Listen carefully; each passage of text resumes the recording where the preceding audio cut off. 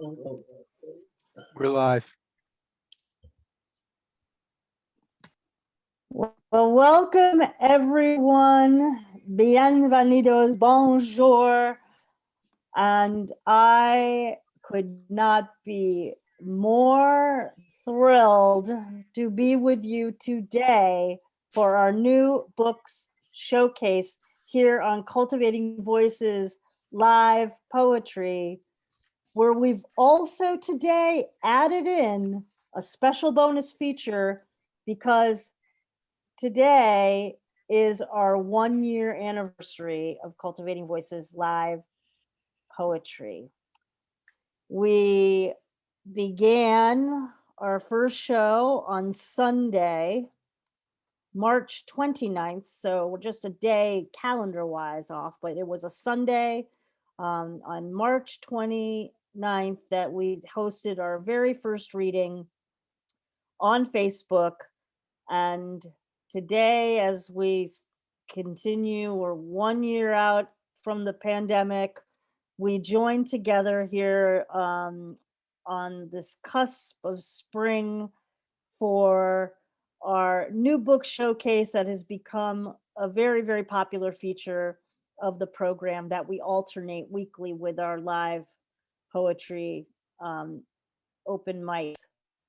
I want to also wish everybody celebrating Passover, my greetings to you.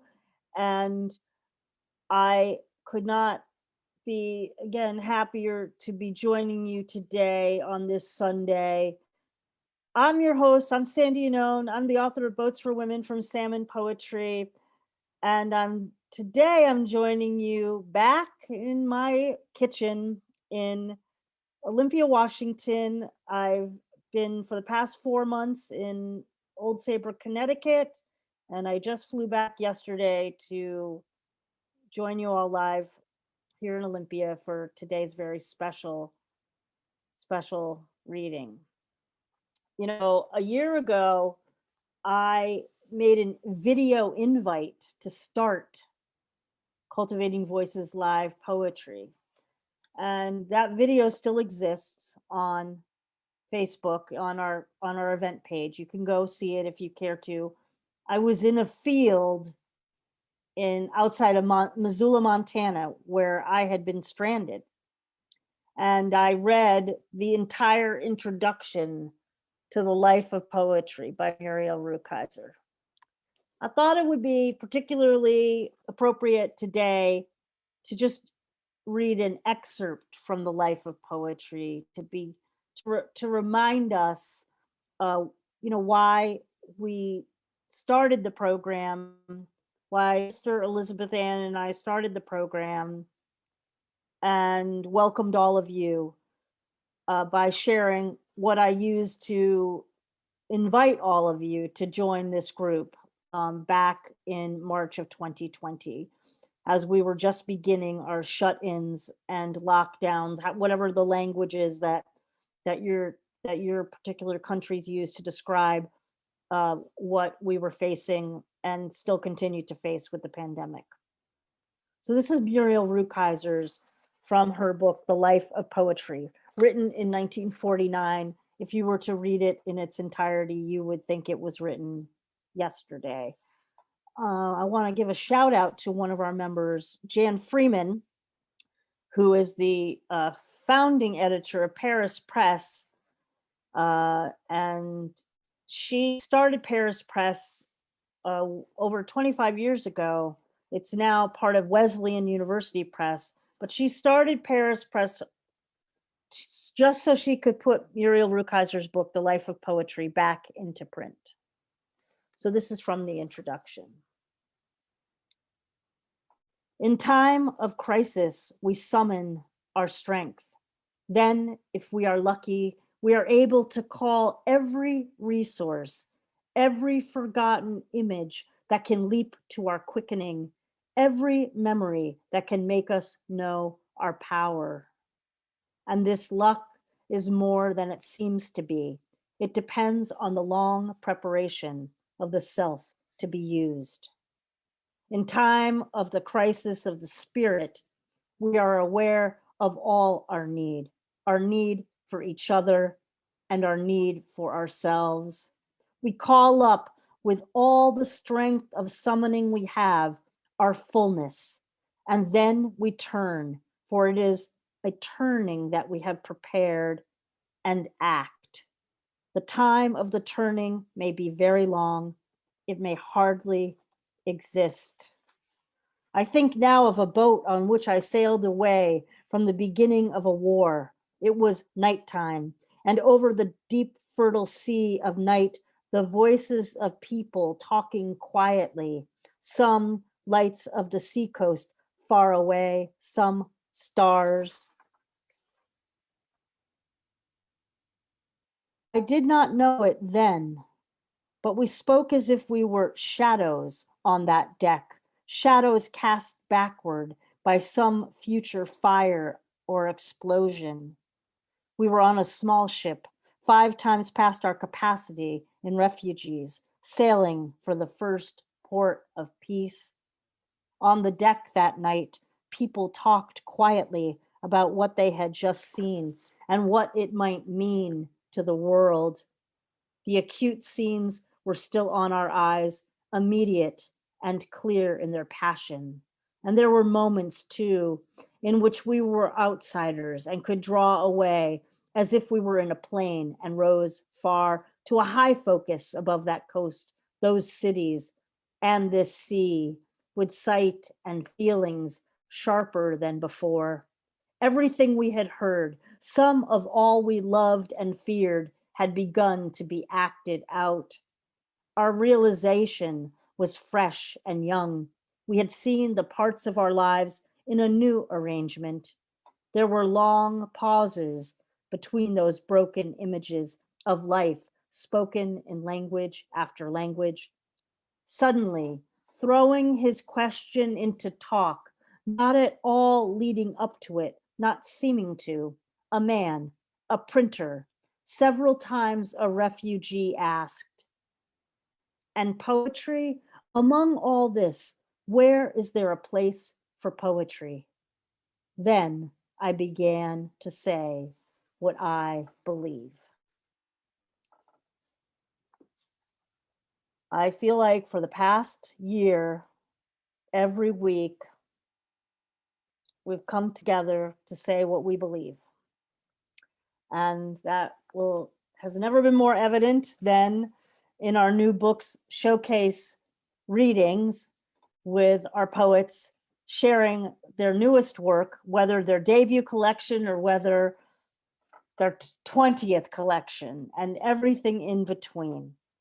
Well, it is my great, great joy today to welcome 4 poets whose books have emerged at different time periods for different reasons and represent that kind of full spectrum of the need to summon strength and power that Rukeyser spoke about during the pandemic and during just everyday life. Well, I will introduce each poet before they read, and then we will move on to our live open mic celebrating our 1-year anniversary. Well, first reading today is Anne Tweedy. And again, Anne was an early member of Cultivating Voices Live Poetry, read on those iconic now Facebook Live readings, and has joined us at some of our special events reading in the National Coming Out Day Poetry March. And it's been a great privilege and pleasure to be also going to her events during the year where she's talked about the connections between poetry, law, and social justice. Anne Tweedy's first full book collection, The Body's Alphabet, was published by Headmistress Press in 2016, and it earned a Bisexual Book Award and was a finalist for a Lambda Literary Award and a Golden Crown Literary Society Award. Anne also has published 3 chapbooks, and she has been nominated twice each for Pushcart Prizes and Best of the Net Awards. She currently serves as a law professor, specializing in the laws relating to Native American tribes. And certainly you will want to read more about Anne, as well as her poetry, on her website. Would you please welcome Anne Tweedy? Thank you so much, Sandy. I'm thrilled to be here reading with Atracta, Debbie, and Michelle, and just really grateful to Sandy and Dawn and Kim and Elizabeth Ann for making this space for all of us, which is just a beautiful, beautiful thing. And I just feel the energy as soon as I sign on. And I also want to acknowledge that I'm here in Vermilion, South Dakota, on the unceded land of the Santee tribe, the Ponca tribe, Omaha and Yankton tribes. So I thought I have two chapbooks, and so I thought I would read a few. Both came out in 2020. A couple poems, or a registry of survival is prose poems and hybrid work. So I'll read a couple prose poems and a poem from a registry of survival, and then a couple pieces from Beleaguered Oases, the other chapbook that came out in 2020. So this first one is more of a prose poem. It's called Primal Scream. When I was 5 or so, my mother saw the primal scream as a way to cope. She talked about getting a person-sized wooden box to go inside and scream in.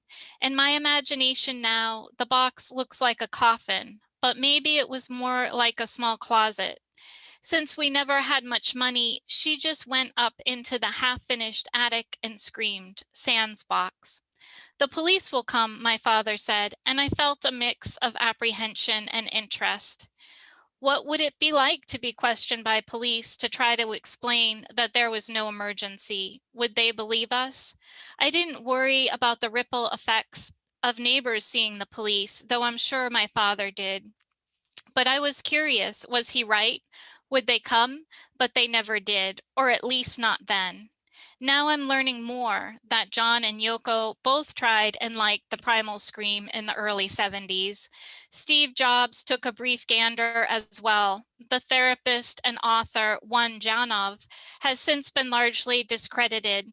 The therapy went on longer than he posited and didn't suck the childhood trauma out of most patients, as promised. You could say a lot about my mother in those days. She was susceptible to expert crackpots, no doubt. The trauma she noticed was usually inside her. Her only child, I was either indistinguishable from her or aligned with evil forces. But now she won't take medications for fear of deadly side effects, and she can't trust a psychiatrist for more than a few weeks. After that, they start selling her confidences or plotting to kill her. I look back and think of her then, a person with hope. And I thought I would read, and so this chapbook is about my mom's struggles with homelessness and mental illness. And my relationship to her. So here's one more of a typical poem going back to when I was a child, called Childhood. My mother wants to protect me from the ghosts of illnesses no one else can see. She finds doctors to believe her: brain damage, motor impairment, failure to listen, allergies, and later, when my arm sears in popcorn oil, the not wanting to rise from the couch, the thought that shut eyes might erase it. But illnesses become insufficiently voracious. People materialize with designs on my developing body. The police imagine her taking me 33 miles to the city to sell me, and she decides I should no longer leave the house because they plan to rape me, drags me at 12 to a gynecological exam in the hope that documented virginity will bulwark me. The hesitant doctor suggests before he begins, Maybe I've already had partners, his kind, uncertain attempt to toss out a lifeline. Then proof in hand, but nothing satisfies the terrible hammer taps of her worry. And I thought I'd just read one more from this chapbook and then move on to the other ones, quite different and a little bit lighter, I would say. So this is another prose poem type of work called Rental Property. When my mother was evicted from public housing, I was in my 40s, living 1,500 miles away, but it felt like it was happening to me. Did I have bad boundaries, or had I never gotten over my childhood fear that she and I would lose the house we lived in because she didn't pay the bills? Maybe both. I was teaching property when she was evicted for hoarding, and it happened during a time I was teaching landlord-tenant law. Bitterly funny. I thought the eviction violated the Fair Housing Act. She has an obvious disability, but her legal services lawyer wouldn't raise the objection.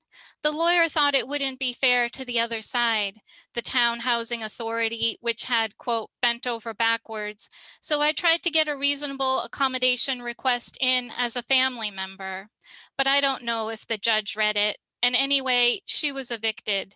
And the social worker assigned to help her started up on some tough love bullshit, arguing that my mother wasn't cooperating because she wasn't at her apartment when the social worker arrived a few minutes early for an appointment. My mother had stepped out to do laundry, so she wouldn't support my request for my mother to have more time in the apartment before leaving, which meant the other side wouldn't agree to it. I got the news that the eviction went through right before teaching my property class, and I tried very hard not to cry, standing at the front of the big law school lecture hall. Later, the minister who had helped clean out the apartment for my mother got her committed, concerned that she had the body of her dead cat and an empty refrigerator. She told me once when I was a child and asked her that she didn't know if she loved me or the cat more, which is a clear answer to the question. She loved the cat more. I don't know why children ask such questions. Now, when my own son asks them, do you love me more than the cats? Do you love me more than blank? I know the answer. The answer is always yes. You only have to hear, I don't know once to know to say yes to that sort of question forever after. Yes, yes, yes, without any hesitation, without stopping to think about it. Thanks, everyone. So I'll read for my last few minutes from Beleaguered Oases, which has a mix of nature poems and relationship poems. So this one is called Fruit. Think of how the body labors day in, day out. It does its difficult work. Take, for instance, the man who tucked himself against the underbelly of a plane to get out of Cuba. His body fought to keep warm in the frigid reaches. Most hearts would have stopped, but his pumped his arteries all those cold miles, saying, go on, saying, I'll do this work now, undaunted by tomorrow. In my yard, a birdhouse sat atop a pole. A pair of chickadees squeezed their plump bodies in and out of the small hole. One afternoon, we found the birdhouse lying on the ground. With no nest in sight, my husband propped it on the base. A few days later, it fell again. This time, a small rectangular nest sat upright in the grass. Inside, 4 speckled eggs, scarcely larger than jelly beans. This time, after setting the nest in place, we tied the house back on.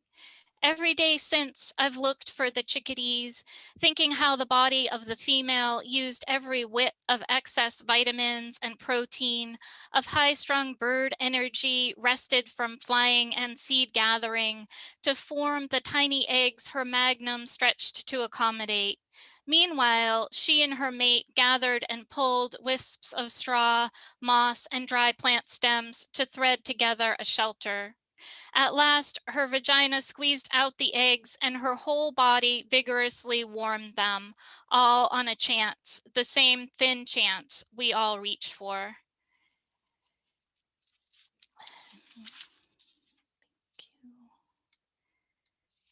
Thank you.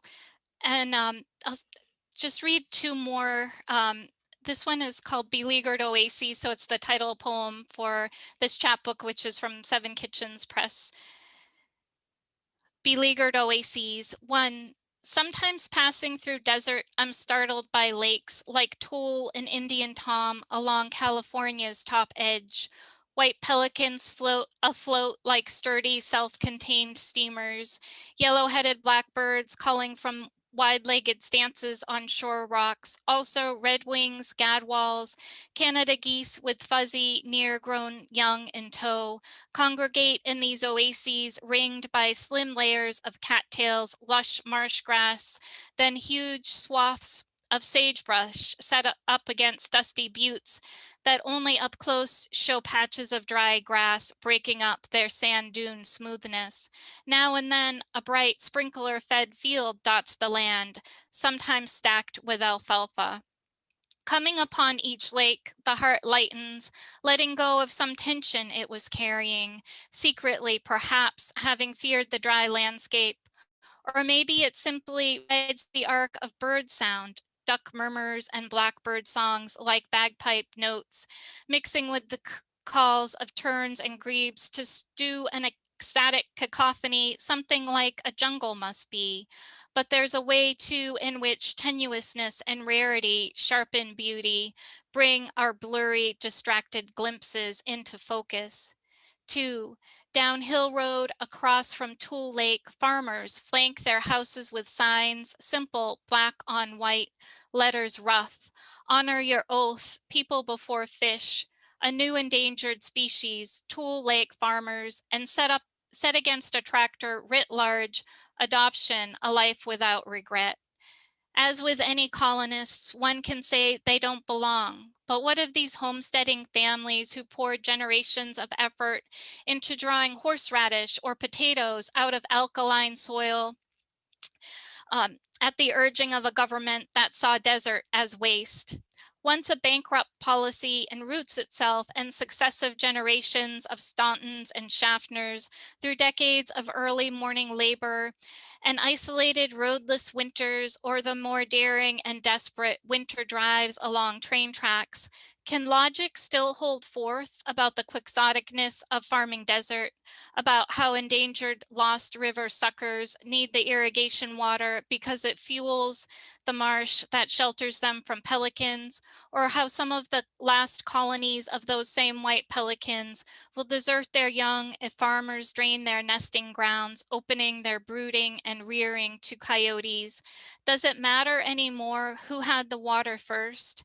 Tell me we can overcome the tragedy that no home feels as real as our own. And do I have time for one more, Cindy? Okay, great. So I'll close with a relationship poem. And thanks again, everyone, for listening. So this is called Kilter. When the days line up flat, one after another in front of me, and I feel like a traveling salesman whose territory is the wide, plowed, sectioned off Midwest, contiguous squares and rectangles chopped into rows and columns, as orderly as abacuses, never off kilter for even a minute. Thinking of your body saves me. I think of how we fit together, your slopes and my angles, irregular, messy perfection. I think of your oblong breasts, the left smaller than the right, how your resistant nipples harden finely between my rubbing fingers or against the insistent beat of my tongue, taut moments when my body understands rhythm and teases and trains your pleasure to the song that we're writing together. I think of the faint, acrid smell of your smooth, slightly tan skin, the smell that clings to the strands of your armpit hair, strongest when I rest my head half against your large upper arm and half against your chest, of how resting there both stirs me and puts me at ease, sensations the female body alone can synchronize. I think of the way, sitting up, you examine my body lying on the bed, marveled by my collarbone or the new leaves of shoulder muscle or the jut of my pelvis like the current scoured stone you palmed before we met. And I remember how your eyes drink me with the slow lap of an animal accustomed to abundance, your eyes that look and still each morning see me new. And then all the coming hours begin to breathe that promise too. Thank you.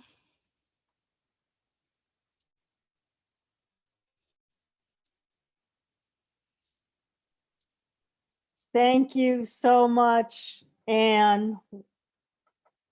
Wow, what a reading, and that final poem. I'm glad I said yes to the final poem. Folks, you know me. I rarely turn a poem down. I rarely turn a poem down.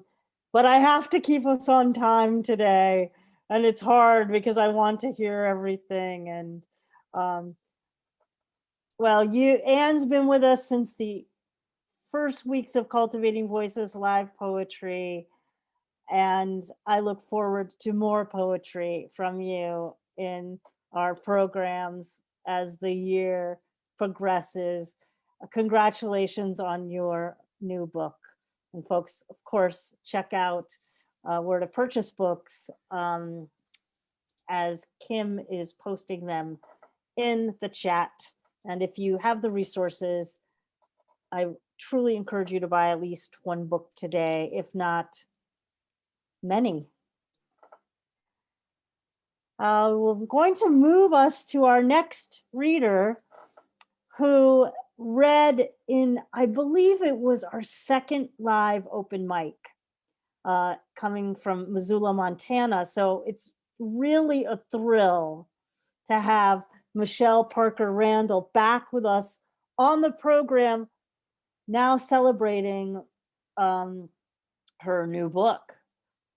And I met Michelle for the very first time at AWP, just in those weeks before Cultivating Voices live poetry began, which we never knew would begin.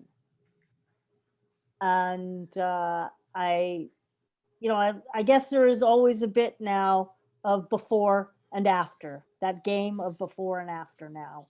And of course, that was a great AWP, because it was a very intimate one where you would meet people that, and you'd hang out with people that you wouldn't normally have the kind of space and time to meet and hang out with, because it's usually so chaotic at the conference.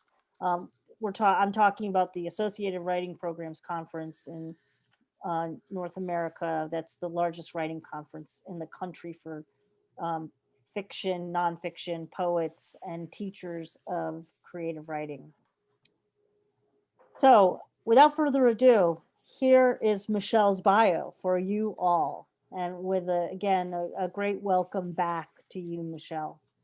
Michelle Parker Randall is the author of Museum of Everyday Life from Kelsey Books, 2015. And her latest is A Future Unmappable from Finishing Line Press, 2020, which is about the lives of neurodivergent and their caregivers. Her work has appeared in Nimrod International Journal, Atlanta Review, Tar River Poetry, Southampton Review, and elsewhere. Her poetry has been a finalist or a semifinalist for the Pablo Neruda Poetry Prize, the Peter Meinke Poetry Prize, the Split This Rock Poetry of Provocation and Witness Contest, and a handful of others. Michelle has also been a resident artist at the Atlantic Center for the Arts twice, and she currently is a Sullivan visiting lecturer at Stetson University, where she co-runs a community writers workshop in the city of Sanford, Florida. Would you please welcome Michelle Parker Randall? Thank you. Sorry about that mouthful. That one contest is like, you just keep going with the name. But thank you very much. And I am so excited to be part of the birthday-versary, whichever one we're calling it. It's amazing. And honestly, it's because of Sandy and Kim and Don and all of your hard work. Y'all have been so good to me, and I am grateful for that, and I thank you. I also wanted to thank Jennifer Harper, who generously let me use her artwork for the cover, and it is stunning. And so I wanted to give her a shout out and a thank you for that. So Sandy mentioned that this book is about neurodivergence, and specifically it follows the trajectory of a disease from the day before a psychotic break to the break, care, and then finally return home. Just to give people a warning if that is something that would affect them. So what I'm going to do is sort of dip in along the way and head towards the end. When he got up that morning, everything seemed fine. Everything was different. The drive to the office unencumbered, lanes moved corpuscular, pulsing bright. No brake lights appeared until he approached his destination. The tower, the ride up the elevator, nothing but open doors. His day fixed, cradling phone to shoulder, the weight of his past, fears, a distant shake and tremble, like the rumble of a train away enough to quake the knees and spine. It will be hours yet before he feels the push wind from the locomotive barreling. A wish occurs and leaves before he can think it captured. As afternoon turns to late, he turns to conduct end-of-day tasks and synapses. All is derailed for the next 8 weeks. He is stuck in an endless rail car, carriage coupled to that which he cannot see but senses, his wife, his kids, and somewhere further, tracks unbroken. Forced to trust a conductor who punches tickets by offering change in small white cups, he mouths words he gives no voice to, scripts by the dozen opening like windows. Ward Gallery grand opening. Just briefly, the last word of this is guilt, but it's G-I-L-T, not G-U-I-L-T. Just want to make sure that was clear because we talk funny. Ward Gallery grand opening. White shoes squeak by me from the station, pills from the cup, pills from gloved hands, pills rock and settle. The charge nurse and her runners, settlers, my hands uncovered, ungloved, with so many gawkers, and so to my room, so to my side. Unstrung, uncountable minutes don't add up, suspended, flat-faced, cobwebby, so I flicker, fluorescent, lights tubal, humming. The wise walk by, fawning and preening, galleristas, rubberneckers. When you have had your fill, look once more, my painted head. At my sides, wait, my naked hands. In the minds of the others painted, hung up, like me in the gallery, living, enframed, held up, as a puzzle shellacked in a doorway of guilt.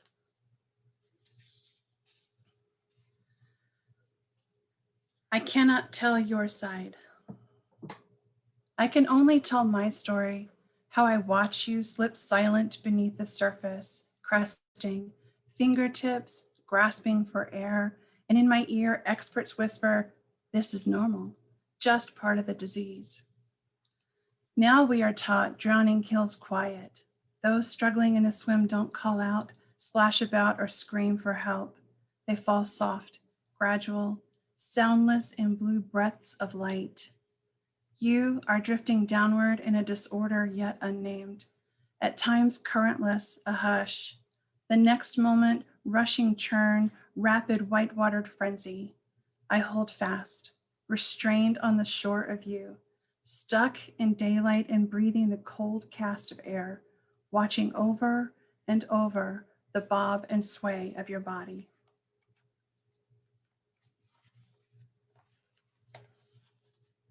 Hang with me, we do get out of here. Sorry, I promise. I'm not gonna leave you in the ward. What I think about on the drive down. There is the fear of going, the fear of not going or going regretting, the fear of having to wait or running into a friend, a neighbor, of then wanting to lie when I asked why I'm there. The fear of other patients who want to touch my hand, my wrist, ask me to bring them a sandwich tomorrow or real coffee, a large one with cream and sugar. The fear of being mistaken for a patient and the moment it happened, and then finding it funny, then sad. The fear I wanted to be a patient too. The fear of prejudices I knew I held and new ones I kept discovering, names of diseases. The fear of canceling RSVPs, invitations for get-it-togethers. The fear of information management. What did I say to whom? How far news will spread. The fear of truth. I fear multisyllabic tomes of diagnoses, support groups of strangers. It's like fearing the dark, like driving past my own exit again, like missing a step on the stairs. The fear of showing up without a sandwich, afraid of sitting with you while you sleep, wrists restrained. The fear of you waking, the fear of you not waking, wanting to sleep away an entire day, but the alarm rings in the morning. The fear that this day will bring the same as yesterday. The fear today you will ask me for promises I cannot keep.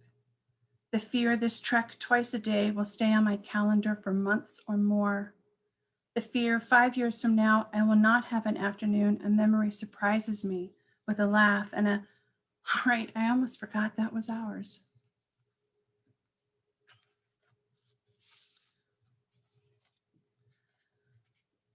You guys are so encouraging, thank you. From this side of the bed. That they line the restraints with lamb's wool seems both magnanimous and macabre. How the tufts of wool lie, soft butter yellow against your unmarked wrists. You are fraught and not here by your own choosing. We chose this for you. Your hallmate refuses medication, soils herself to show she can still control. And though we are not allowed pencils or pens, we are allowed the basket of crayons, each wrapped in paper announcing what's inside, orange red, or cornflower blue, which feels untrue. My son's first grade teacher melted bits of crayon into heart-shaped molds, thick stained glass, fat-hearted color. Every crayon should be thus, as if the wrapper reveals. In the ordered ward, meals on trays loaded top to bottom on a wheeled cart, pills ticked out on a clock, tiled floors in neat rows, painted concrete block walls, windows crisscrossed inside with wires and outside with iron, beds parallel to walls, dressers bolted down and square, rails meet up rails, rails on walls, walls and doors kept open all. Maybe we shouldn't write down what we want to say right now anyway. Crayons are fine.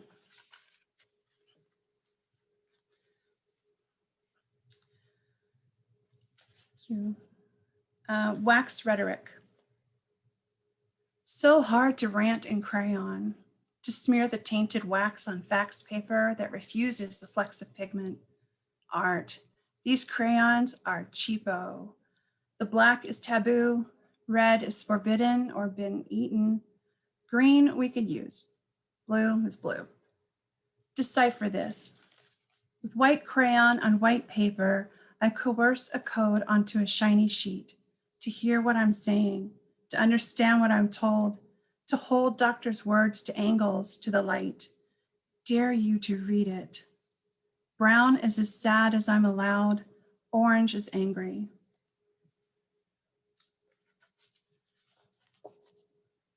I'm going to read one more from this work and then a couple of new pieces that I've been working on that are in Florida, which is of course where I am. So, patience. This is towards the end of the trajectory. He is everywhere, the patient man in his well clothes, working at real life in the real world. The cities spin still tales of strong men, how they die and get born again. And this is true of all men, but not the patient man. War rages inside, and peace could be a diversion.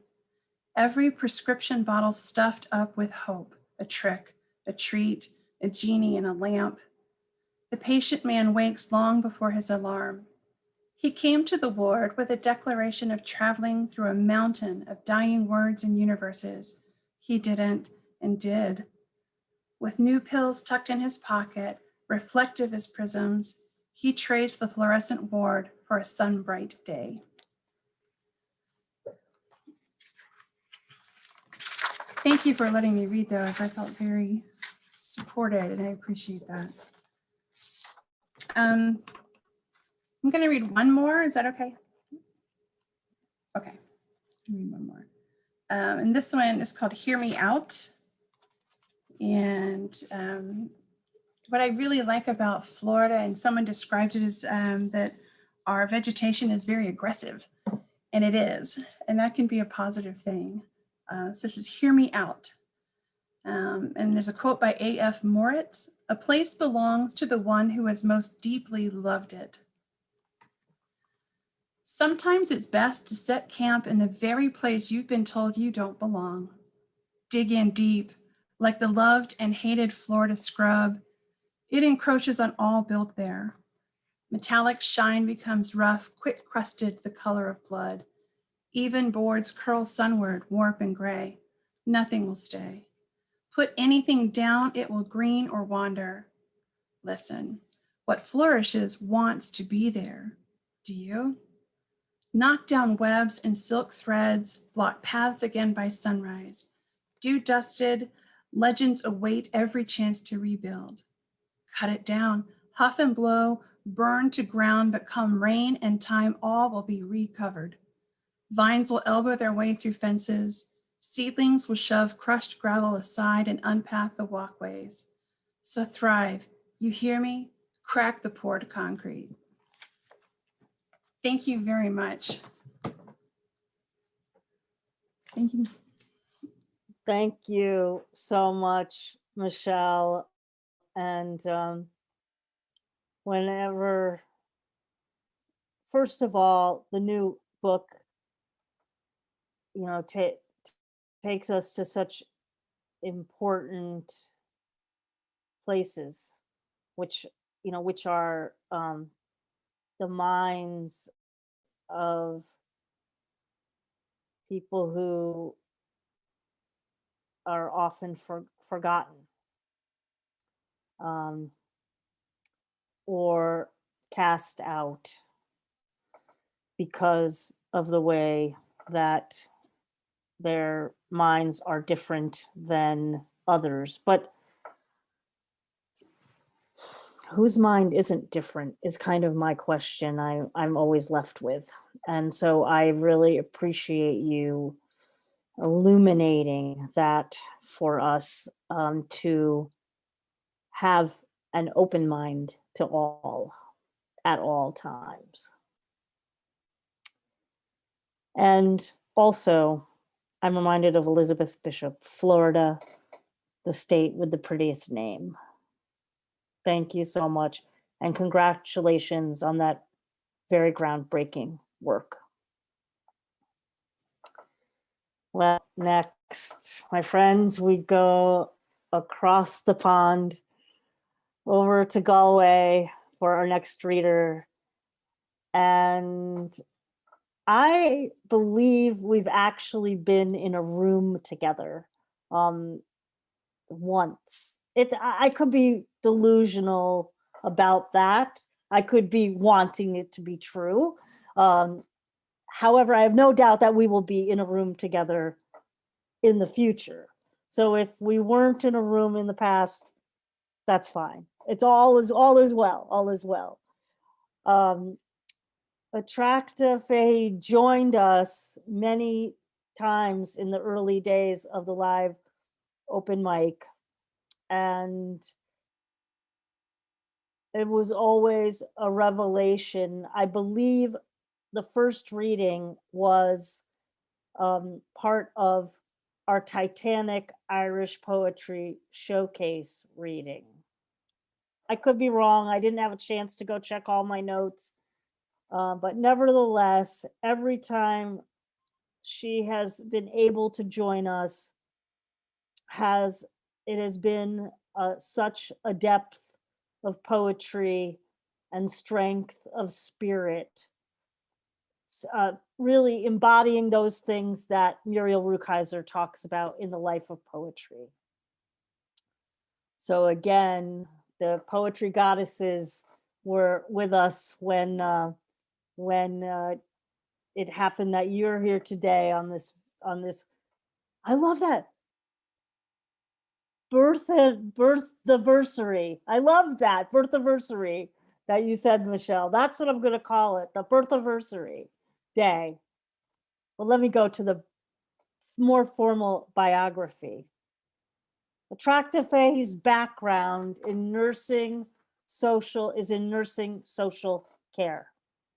She lives in County Galway, Ireland, works as a psychotherapist, and is a mother to 3 children. She completed her master's in writing at the National University of Ireland in Galway in 2017, and she was the October winner in Irish Times, New Irish Writing 2019, the Pushcart, and Best of Web nominee, and has also been included in a number of anthologies. She was also shortlisted for the 2018 Over the Edge New Writer of the Year and longlisted again for that same award in 2019.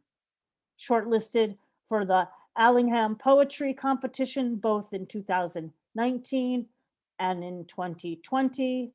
And she has been published in Stinging Fly, Banshee, Poetry Ireland Review, Honest Ulsterman, Poet Head, Orbis, and several other journals at home and abroad. Fly on the Wall Poetry published her debut chapbook collection, Dinner in the Fields, in March 2020. Would you please join me in sending a very warm welcome this evening over in Galway, Atracta. Hi, Sandy. Hi, everybody. It's lovely to be here. And I want to start off by saying happy birthday to Cultivating Voices. It's fabulous. I can remember when we started last year. So it's wonderful to be here on an evening where we're celebrating the first birthday, and long may it continue. And we're also celebrating, it's a year since I published my poetry book, chapbook, Dinner in the Fields. And a few days before lockdown, so I didn't get to have a launch, but I've had readings and it's worked out just as well, and I'm really pleased about that. So I want to thank you all at Cultivating Voices for what you've done for us this year, because getting through the pandemic has been so difficult, and this has been a place to land every Sunday night, and I've tuned in. I think I've only missed about 3, and whatever I've missed, I've listened afterwards, because it was like a holding, it was like an anchor. And there's another group that also provided that for me during the week. And I want to, some of that group have joined us this evening from the Cool People and the Night People. And we believe in world poetry domination. So anyway, it's lovely. I want to welcome them and thank them for being here. And my other friends who have tuned in, I know Matt has tuned in from Baltimore, and I'm sure there are others on Facebook. So I just want to say thank you to everybody. And because it's World History Month, I wanted to start off with a poem, and it's a poem that was published in Poetry Ireland Review. And the reason I've chose this poem this evening is because World History, or Women's History Month. It's a poem Evan Boland chose, a poem of mine Evan Boland chose to publish in Poetry Ireland Review. And I'm just blessed that she, before she passed. So she's history now, really. I was thinking about that today and thought it was quite sad, but I'm so privileged she chose one of my poems because it's a gift to me. So this poem is called Encounters.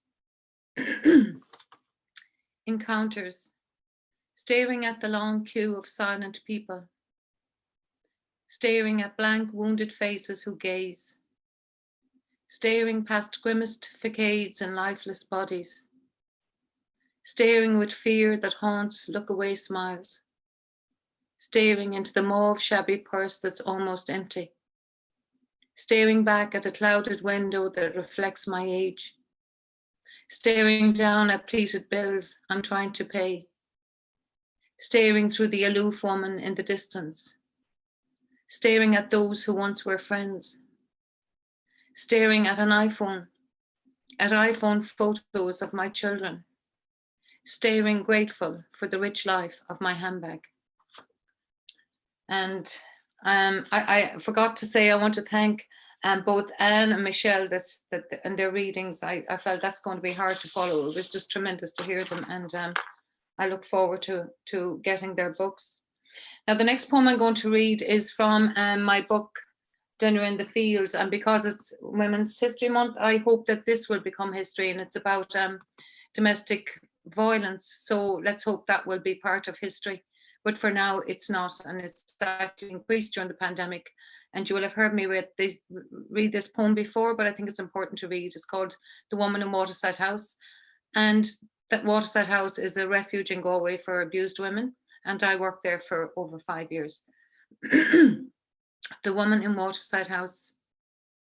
I have no reason to trust sympathy when I tell you I hid for 13 days waiting for Marks to disappear. I'm asked if I provoked him. The guards call the beating a domestic. Social workers on welfare insist boxes be ticked. Slight disgust in their faces. Even so, when you're leaving, look for maintenance. And then the forms, and the forms, and the council informs me the waiting list is years long. And the judge doesn't want to know. Perpetrators, he says, have rights. He convinced me that I cannot live without him, and I am nothing, and no one cares. I'm alone. I cannot leave. Easier to pretend my life is full than to face the shame in your eyes, mine, and the shame of the world when you are a woman with a fist over your face. And that's from my book. And the next one I want to read again to honor Women's History Month. I know it's in America, but I think it's important we do it here. And it's about the mother and baby homes in Ireland, and there was particularly the one in Tuam. And you would have heard me read the poem before that I wrote, because I worked with the Bon Secours as a nurse, and I was born there. I worked as a nurse, and I come from near Tuam. And one of the things, and this is, so I would have read that poem before, was an ekphrastic poem. And this is another poem I wrote because many people have written about Tuam, and rightly so, because this is for anyone that doesn't know that there were babies. If a woman became pregnant outside of marriage, she was sent to a mother and baby home. And the babies were often adopted, and many of them died. And there was a big discovery in Tuam that there was 798 babies found in a disused septic tank. And this is where I went to school. I used to get the school bus from right outside that particular graveyard now, but it wasn't then. It was just the grounds of the mother and baby home that we didn't know anything about. So it was a massive shock. And it was a massive shock to me because I was born the year it all stopped. I nursed there, and we knew the nuns. So very few from Tuam write about this, but other people write. And I felt an obligation to write about it. So there was a vigil. The Pope came to Ireland in 2018, and there was a vigil. There was big controversy about whether he would visit Tuam or not, and because it was all going on at the time the discovery had been made, but he chose not to. So on that day, he was saying Mass in Phoenix Park for all of Ireland. There was a vigil in Tuam for the babies, and I was at that vigil. And at the end of the vigil, there was a murmuration, swallows just. Or a startling murmuration over the town.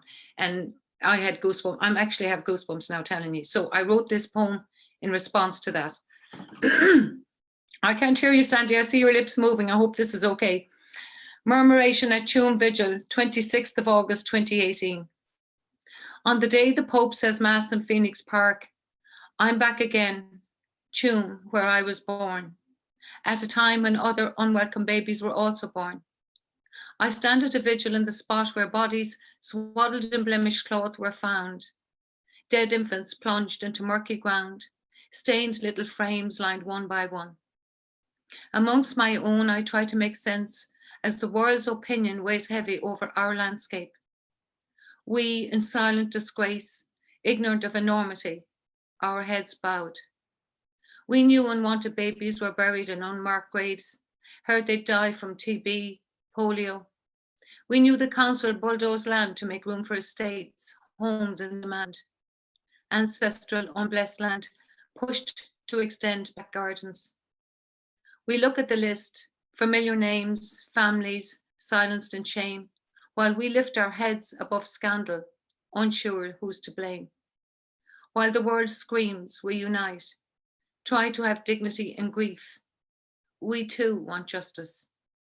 Today we reflect on little bones buried in limestone chrysalis, Persephones, all of them, girls and boys, sleeping, left in another world, a pit for the world in need of redemption. Their uninvited, barely formed bodies could not ask for anything. Without choice, babies' bones a sacrifice for sin, lust, even love. Pagan clay a home. Their spirits rose long before they were found. Buds opened in the underworld. Winged souls gone from this cold earth. Their vision no longer ours. Birds, white doves moving across the sky, caressing clouds. As the Pope gives Holy Communion, we stand vigil at their grave. After the gathering, a startling murmuration spreads over our town, calls us to look at what's happening today. Children cast to other hollows, Mediterranean, overcrowded camps, bombed cities, cages, homeless shelters. Life and death, infants always the sacrifice. Sunflowers showing us how much life needs death to become. Thank you. And the next one I want to read is, it's one I wrote because when we say women's history, we really have to go back to the earliest time. And this is called Mary of Magdalene. And it's one, I love reading ancient texts and I like to find out the truth. So I like studying Gnosticism, and the truth is about Mary Magdalene. She wasn't, it was like Pope Gregory came along, I think it was in the 16th or the 11th century, I forget now, but he decided to split the feminine. So we have to go that far back. And he turned it in, the feminine was split into either virgin or whore. That's the truth of it. And we've been trying to integrate sense as women. And the truth is, for all women, if you put us all in a room, which corner would we go into? Like, we wouldn't fit into either of those. So it was convenient. But the thing is, I based this poem, and it's a very cheeky poem, but it was, I started there because I love, as I said, Gnosticism and Mary Magdalene. There was 4 Marys. There's the cleaning of the demons was actually a metaphor to represent the 7 deadly sins we have as humans. So I think that's all I have to tell you about it. But it's, if we think about it, and this is the statement I'm making in the poem, Christianity is based on the resurrection of Jesus. So if you keep that in mind for the poem, and it's called Mary of Magdalene. No interest in being saint. I might have been a teacher had you understood my message was revolutionary, not military. Now that this era has passed, there are revelations. Jesus did not call me names, control with sex, rape, throw acid in my face, defile, brand me a whore, cast me into a workhouse and call it a Magdalene laundry. He was empathic, and I washed his feet with my tears, dried with my hair, to redeem the sins, the 7 demons we all have as humans. Pope Gregory knew from ancient texts the power of women to lead with compassion. Out of fear, he smeared me, blinded you from truth. The Gospel of Mary dismissed from the Bible. Now we have the sorrow of Sophia, suffering and alienation of the divine feminine, and a time of plague where the only countries caring for their people are those led by women. Consider this: if Christianity is the belief in the resurrection of Jesus, then I am its founder. Was it a vision, or did I see him in body? I was there at the tomb, the only witness, this eroticized woman whose word led to a new faith. It was I who gave birth to Christianity. So the next poem I'm going to read is called The Vagina Goddess, again for women's history. I tried to pick poems that represent different aspects of women. And this is from when the riots were going on in Portland, and a story came out and I was really intrigued with it.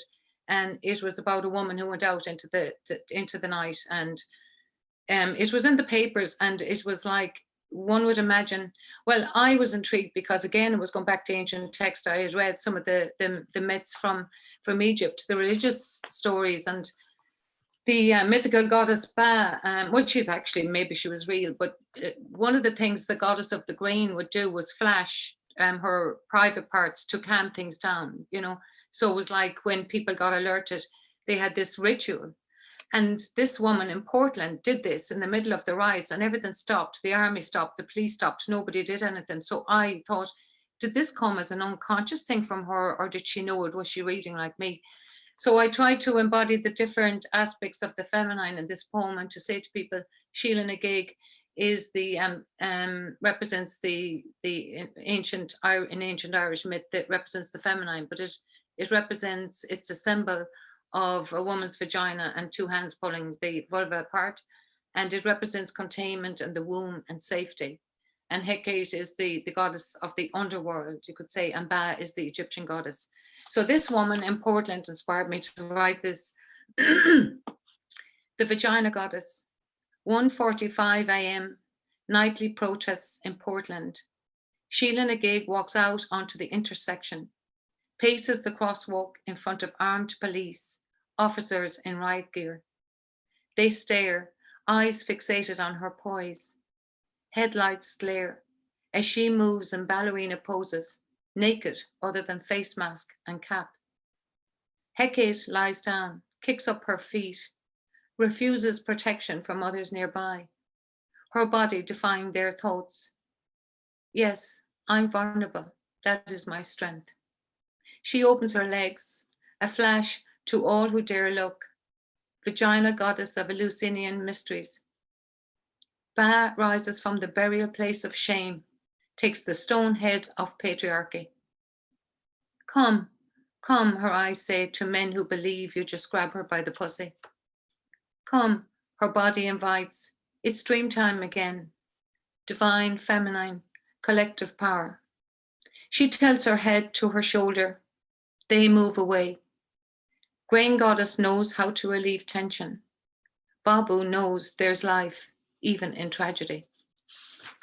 And I'm going to finish with just two short poems, and it kind of represents myself as a woman. One is Watching Stars. I've only written them the last few weeks. Watching the stars. I gaze through the Velux window and watch stars shining as I lie alone this end of the void, my world, and 3 flickering stars, Orion's belt.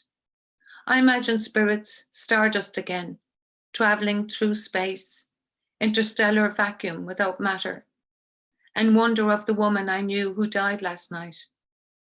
If she's in the bardo, and where the bardo may be. What must it be like to be free from a body you hardly knew in all its changing? No breath now, no hand to pen a letter home or write a poem. And I just want to thank everyone. I'll finish on this one, and I want to thank everybody. I hope I haven't left anyone out. Thank you, Sandy, for all you've done. You've been so supportive this year.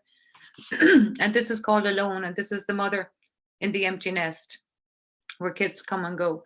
So there's a bit of a change in kind of my reading, and it's like coming to terms with this. And again, thank you everyone for being here, and happy birthday. It's called Alone. There is a comfort in being alone, waking to the high-pitched song of the wren. This morning, a crane flew over my house. Its distinctive call a gatekeeper. Thoughts threatening to flood with things never said, yet heard in a way one can hear. You are nobody. The fine line between what Buddha meant by non-attachment and the place where you turn the sharp knife of criticism inward. Through the window, I watch a blackbird dotted in raindrops. The shadows of death looms regardless. I cannot unearth the fact that if not ash, all I will be in the end is food for worms. And while I am here, there will always be yearning, a pulse born from grief, and too long midwife to everyone, the opal iris of a jackdaw on an outcast branch. I'm not looking for who you can become. I am looking at who you are now. I paint my lips red to hide the strain of the years pushed into my body. I'm ready to leave. In the distance, the crane calls me upwards, and I go out to face the world. Thank you very much. Thank you. You're too kind. Thank you. Wow, thank you so much. I love the heart, Sandy. And I go out to face the world. I mean, there it is. The many faces that your poetry has brought to the world and will continue to. Thank you. Thank you. So very, very much. Thank you. And we'll see you soon. Thank you. Thank you.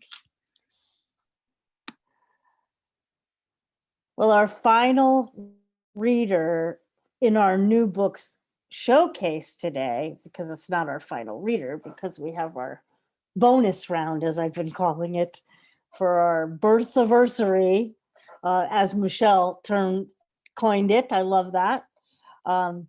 Is Debbie Bacharach. And Debbie and I go way back, even further back than I even remembered.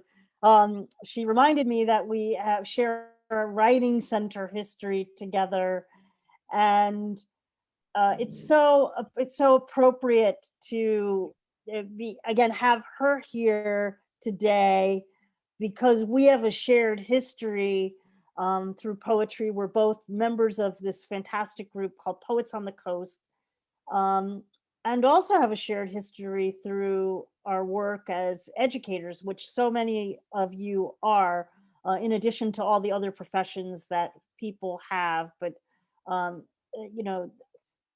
there are many, many ways to teach, and poetry is a great teacher. So I consider all of you teachers, because you're all poets. So it is a thrill to be welcoming Debbie to celebrate her new book,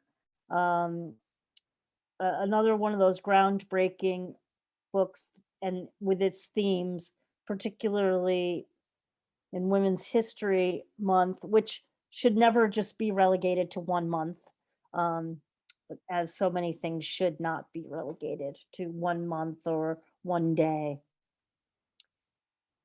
Well, Debbie Bacharach is the author of Shake and Tremor from Grayson Books 2021.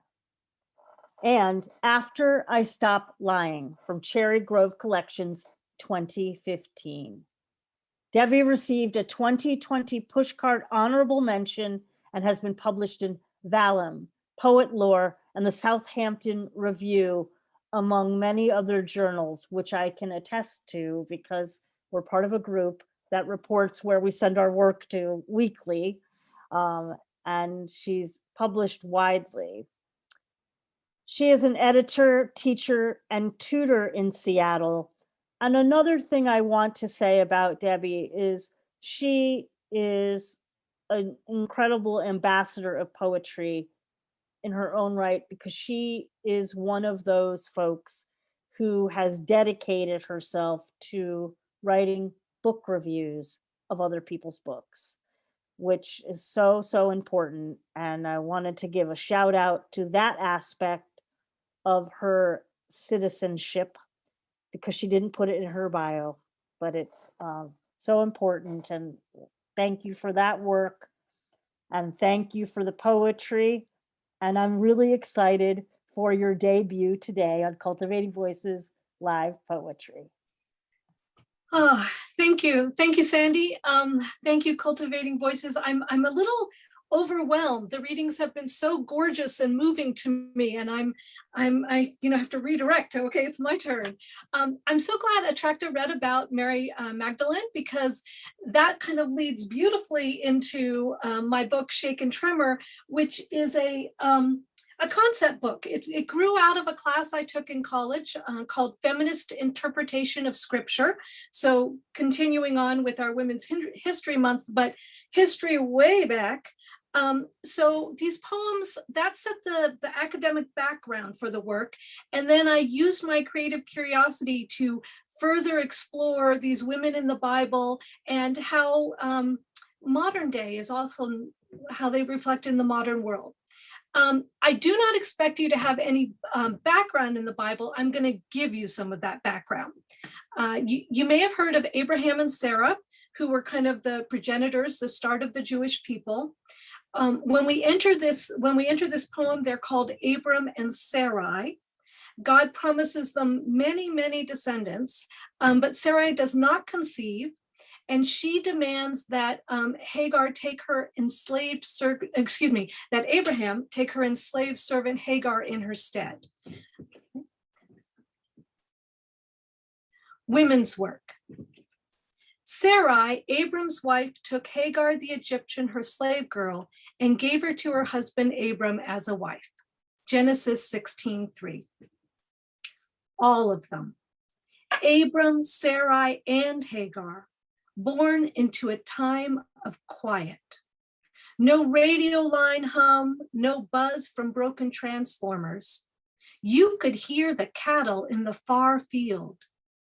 It's hard to imagine that level of quiet, how you could hear Abram's footfall, how it differed from Sarai's as it approached the flap in Hagar's tent. The tent made of goat skin. From the goat, Hagar raised and fed and chastised and chased, and eventually whose throat she slit. The goat whose carcass she butchered, meat she seared, whose hide she scraped, softened with its own brains, her own urine, because she knew how and she could. And now, as this supple skin Hagar stretched and tied is lifted, it whispers, survive.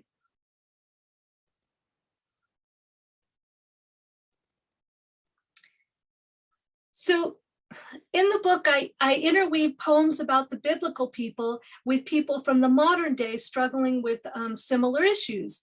And in the case of the next two poems, sex and infertility. I am writing about fucking. Because I am human, I am not the only one. Because I like it. Because sorrow was taken. Because in Iran, the mullahs determined no film with even a slight touch, a fingertip against a cheek, a backlit shot of one shoulder against another, a hold even of consolation can be made. And yet the Iranian population tripled in the post-Shah era. So someone, and why not me, needs to write about fucking. Because it is terrifying. Because I am 47, but really I would have grabbed at 27, at 17. Because it's not polite, and I am always very please and thank you. Because there are already enough words for snow. Because of shame, that fishbone in the throat. Because we are made of stars.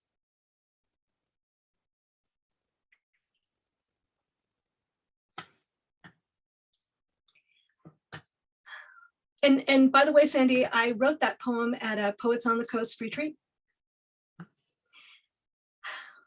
Between IVF treatments, my best friend explains, I want a baby. I want a baby like I want a glass of water, like a glass in my hands that doesn't shatter, not like glasses lined one after the other with small pebbles and water all salt. Cast bones for me. I want a baby more than Sarah in duty, more than Hagar who blinked. They told me to drink herbs, iris broth. I left the dregs. That's why my womb broke like a glass puzzle. Read tea leaves, tarot. I pee on a stick, on barley that doesn't sprout. Who are these women who glow? I want to steal. For this child, I will take acupuncture like slivers of glass in my womb. Play the harmonium, call my child home. I crouch by the glass in the road, broken shards. God couldn't put this back together. I press shards in my palm. One mandrake root left to chew. I scramble through old dirt to find it.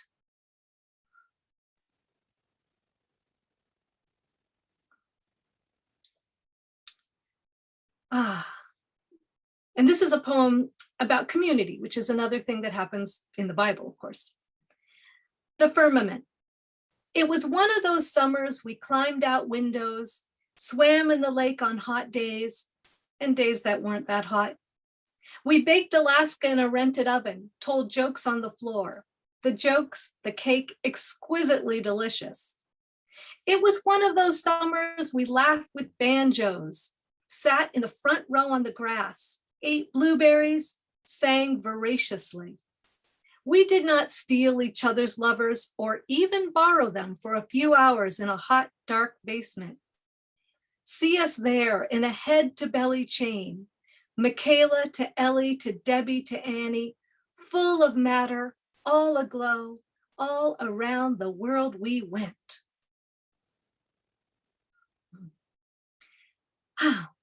So one thing I love about Bible stories is they're open to so many different interpretations. And in my reading, the master-slave relationship between Abraham and Hagar is also a love affair and part of a complex polyamorous dynamic.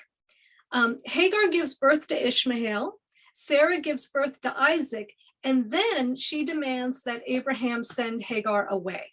And this next poem is from Hagar's point of view. The affair. Tonight, I walk into the desert with one sack of water and my son. My body and ocean, I move with the moon. I did not demand a promise. I did not ask for my son Ishmael, already curled in a grave-like hollow. An angel visits me on this road to Beersheba. Angel is the word I say when I mean strength of will, deep and abiding conviction. Angel is the word I say when I hear water rise up in the well.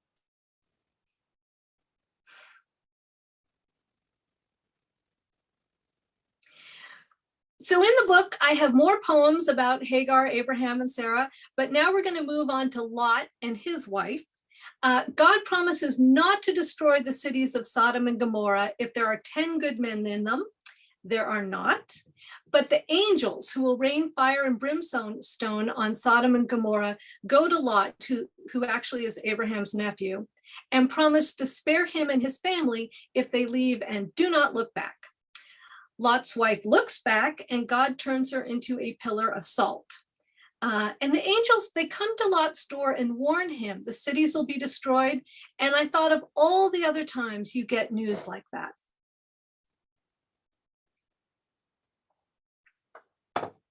The call comes at midnight. You get the news in the corridor. Your eyes slide down the sterile, washed out green walls outside the room where your father still breathes. The door not even closed. Just a curtain of birds with sharp beaks between you. You get the sharp news in the airport bathroom, the faucet broken, the hand towel stuck, a small boy almost overbalanced by a blue Elmo suitcase as he walks alone toward the door. You get the new news and the flights are all booked. You remember that boyfriend of your mother's who didn't die of being drunk. You remember the day you drove angry in the rain, the pool of oil on the road. You remember black stitches, blood seeping at the edges. You get the old news and you must wrap dishes so they don't crack. You write out your full name. When you get the devastating news, a large liquid silence tries in vain to devour the skin of the sky. So these cities are to be destroyed, everything in these cities. Sodom and Gomorrah the night before. A mother awake cups the moon, takes 3 sips. Her husband has been off throwing down his luck, probably tried to take the men who came through the gate, drunk the wine he was bound to sacrifice. A privy door slowly squeaks open, bangs shut. Shards still clutter the public way. The night so dark the lavender explodes in whispers. The rats don tuxedos and waltz, while Lot's daughter sleeps with a bracelet from her betrothed. A muscle spasms in the mother's chest. She buckles, but doesn't shift the suckling child.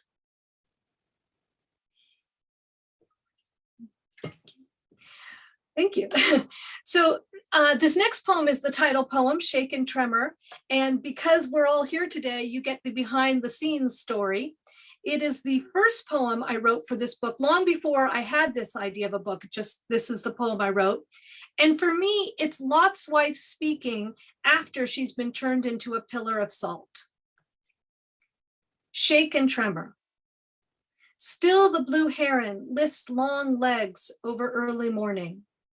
Still the blue-green boulders filled with barnacles. Still the green ropes of sea. Still rivulets in the sand, remnants of the night. Still I believe in the power of lust, the full shake and tremor of living on a moving planet that revolves around a ball of fire. Still the crabs small and white like moons in need, like promises unspoken or promises spoken and unfulfilled. Still I wish to be swallowed whole by the sea. Still the sea, the spume and crash of the sea. Still the salt-rich water coating my skin. Still my porous skin.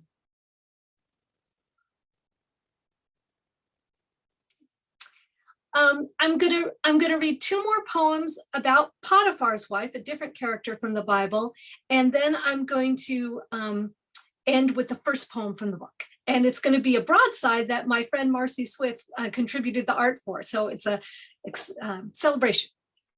So later in Genesis, Joseph, who is Abraham's great-grandson, is sold into slavery in Egypt and becomes an overseer for Potiphar, one of Potiphar's officers. Potiphar's wife tries to seduce Joseph, but he refuses, and she then falsely accuses him of rape. Potiphar's wife considers how we got here. And after a time, his master's wife cast her eyes upon Joseph and said, "Lie with me." Genesis 39:7. The world doesn't care if I have long hair, brushed, unbrushed, perfumed, chopped.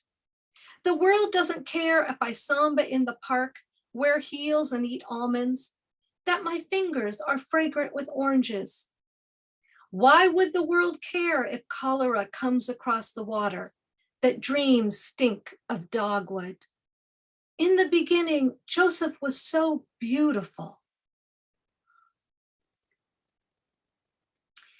Potiphar's wife talks about that time. In the end, Joseph did all right for himself. Because he was in the dungeons, he called the dreams, and from there, he worked it like he worked it in my husband's home, putting together puzzles of rain, watching hands. Oh, he watched. Roll pastry dough on marble tabletops. I saw the oasis shimmer at the edge of the horizon, like I had been walking toward it my entire life, like I had been crawling on my hands and knees. All right. Okay, I'm going to share my screen and read you this last poem, and the artwork is by my friend Marcy Swift, who is here, I think, watching today. When God is a woman, she does not accept apologies for the incessant thrum. She explains obtuse angles, how to lay cable. She understands that tigers eat alligators. She set it up that way. She rides the New York subways, looks strangers in the eye. She has her first child at 90, changes her name. It's amazing what a woman can accomplish when she is not afraid. Thank you.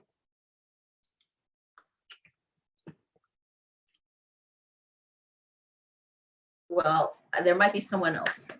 Wow.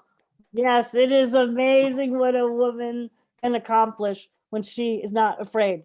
What a fabulous ending to our new book showcase reading.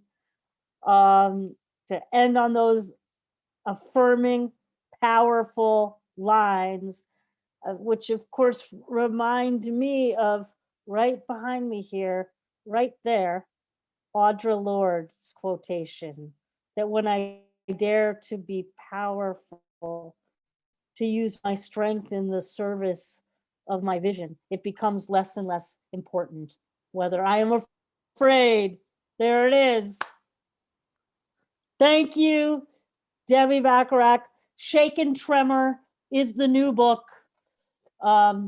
You've heard it here now on Cultivating Voices Live Poetry. And thank you to our other poets in our new book showcase today. And congratulations to Anne Tweedy, Michelle Parker Randall, and Atracta Fahy. What a remarkable display of women's voices today during Women's History Month, which is every day, as I said earlier. Thank you so much. Well, normally I'd be wrapping up the reading, but today's a really special day because it's our 1 year anniversary or birthiversary now. I love it. That's my new favorite word, I think. Maybe we should all write poems called birthiversary. It is the 1 year birthiversary of Cultivating Voices Live Poetry. And we agreed in our planning to have a live open mic after the new book showcase. My penchant for the epic long reading, of course. I will do my best to contain my enthusiasm about the anniversary, because really it's my enthusiasm for all of you. It's my enthusiasm for what we've been able to do together in this past year, and to really want to showcase that. Well, before we go to the open mic, I want to share a little bit of history with you all about what we've gone through together this last year of poetry. Well, we held our first live open mic on Sunday, the 29th of March at 3 p.m. Pacific from the home of Anita Rognes in Missoula, Montana. She is the mother of a good friend of mine, and we both got stranded at her house and ended up there for 6 weeks. Little did she know, when she said that we could do the little live poetry thing in her living room, that it would turn into what it's turned into. So I want to give credit to Anita Rognes for giving us her living room for 6 weeks from Missoula, Montana. And in mid-May, we finally felt it was safe enough to make a mad dash back to Olympia. Well, that first program, 12 poets joined us on Facebook Live. There was no Zoom yet. We weren't using it. And it had, of course, all the thrills and spills and chills of going live. Those of you who did it or didn't do it because you watched what we were doing know what I'm talking about. And our very first reader on Cultivating Voices Live Poetry, if we ever have like a Cultivating Voices Live Poetry trivia night or something, the very first reader was Patrick Dixon, my Olympia Poetry Network buddy. Well, in late April, we had our first special event, which was the Titanic Irish Poetry Showcase on April 14th, the anniversary of the sinking of the Titanic. That was co-sponsored with the Limerick Writers Center. And thanks out to Dominic Taylor for co-hosting that with us and getting the amazing readers that we had join us from Ireland. As a result of that reading, we began to alternate start times. It was very late, the start time then, when they were coming on. And we wanted to alternate the start times each week to allow our friends from across the pond to join us more easily some weeks. In July, we added our now very popular new book showcase that you heard from today, featuring poets whose books had launched just before or during the pandemic. And I really love this feature of Cultivating Voices live poetry. It's very fun to book them and schedule them. And I love that we're able to help everybody out and hopefully sell some books. Well, in addition to the new book showcase and the live poetry open mics, there's been many a special event in partnership with various presses and journals. Like in June, we had our Poetry Pride Parade with Headmistress Press. In August, we hosted our Votes for Women, a celebration and contextualization to commemorate the 100th anniversary of US women's suffrage. In September, on Labor Day, we hosted Raising Lily Ledbetter, Women Occupy the Workplace with Lost Horse Press. And we had a celebration of poets on the coast as well. In October, we had our National Coming Out Day Poetry March, our Nasty Women anthology readings with Lost Horse Press, a celebration with the poets from Pratique, the international journal edited by Yuyutsu Sharma. We had a holiday party in December, and then we took 2 weeks off, and we came back in January with no special event because we were planning our Laureate Love Fest, co-sponsored with the Olympia Poetry Network.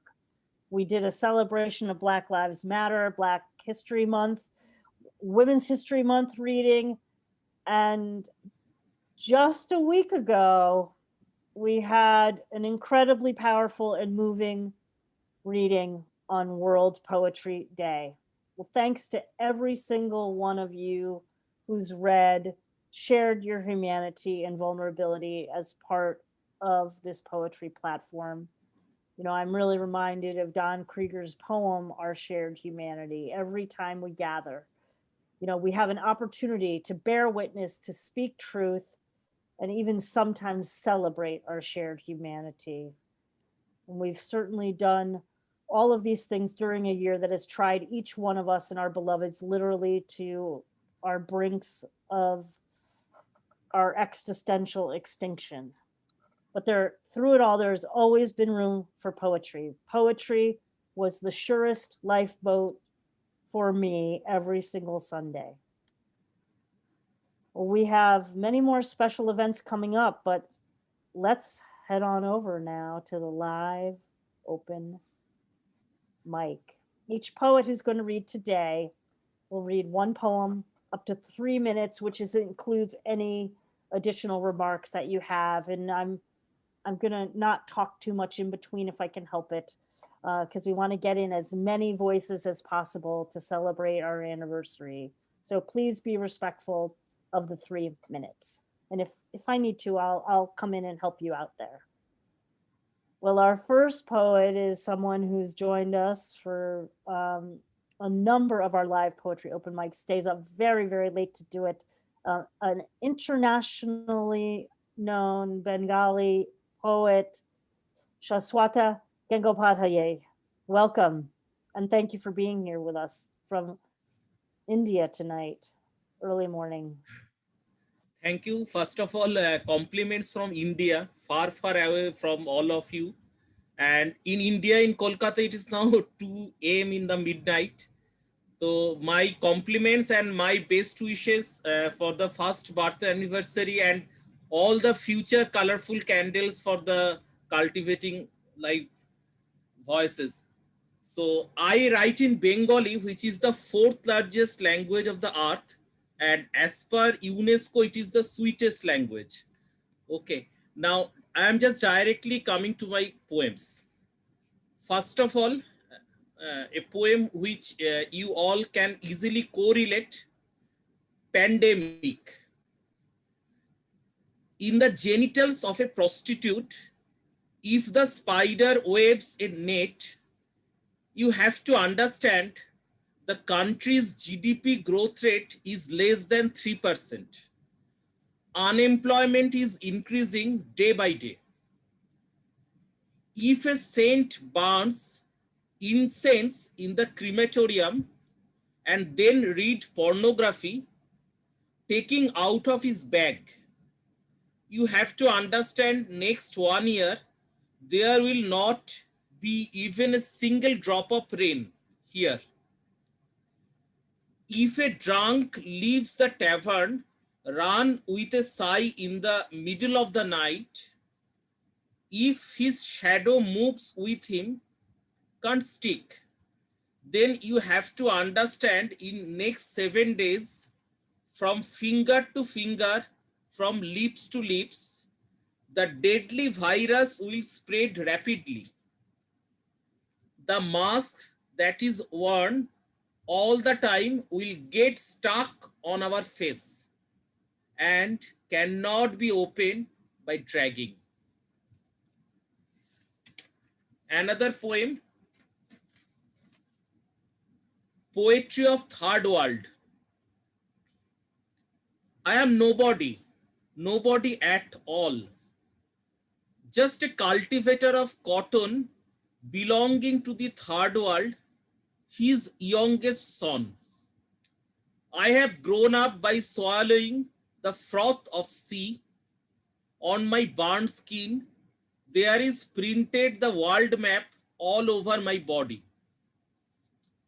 Hunger rises in spiral motion around my stomach.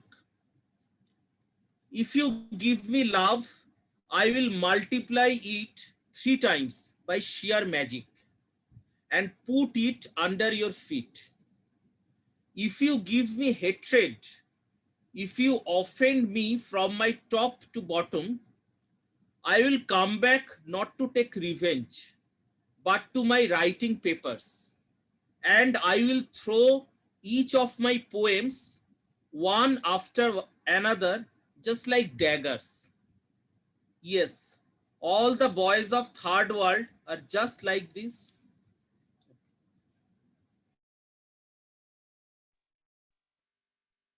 Thank you so much.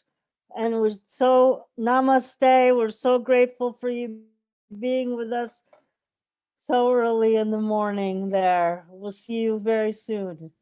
Next I am also up equally honored. is, thank you, Shaswata, be well. Next, joining us from New Mexico is Bill Nevins. Hello. Hello, and happy anniversary and birthday, and thank you so much for this wonderful forum that we have. Indeed, it's been a lifeboat through the pandemic. Okay, this poem began in my little book here, okay, but it escaped and turned into something else. It's called Fall Lightly, a Party Piece for nobody, for ED. This poem is not me. This flight may be fancy, but it ain't my worry if I fall. Don't fret. This text is not you either. We can fly free in this song, whomever we may be.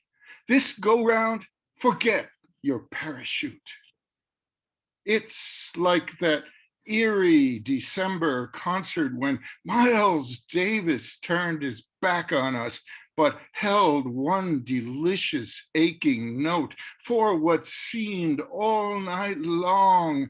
Then he left the stage, and we silently filed out into the bleak Massachusetts night. Michelangelo's Roman steps descend like a river without end.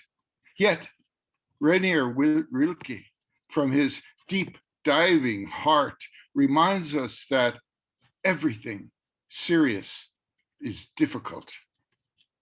Yet, were it easy to find solitude together, as easy perhaps as sex can be, Or were it as easy as it is to fall backwards into a rushing mountain stream, then we too might tumble laughing past rapids, round fierce rocks, until we dream drift at last out to the moon-tugged rolling sea.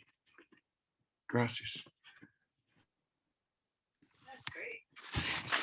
Muchas gracias, Bill, and thanks for your many readings on the live open mic, as well as you're an alumnus of our new book showcase. And we look forward to our next time with you. Well, joining us next is one of Bill's neighbors from the Albuquerque area.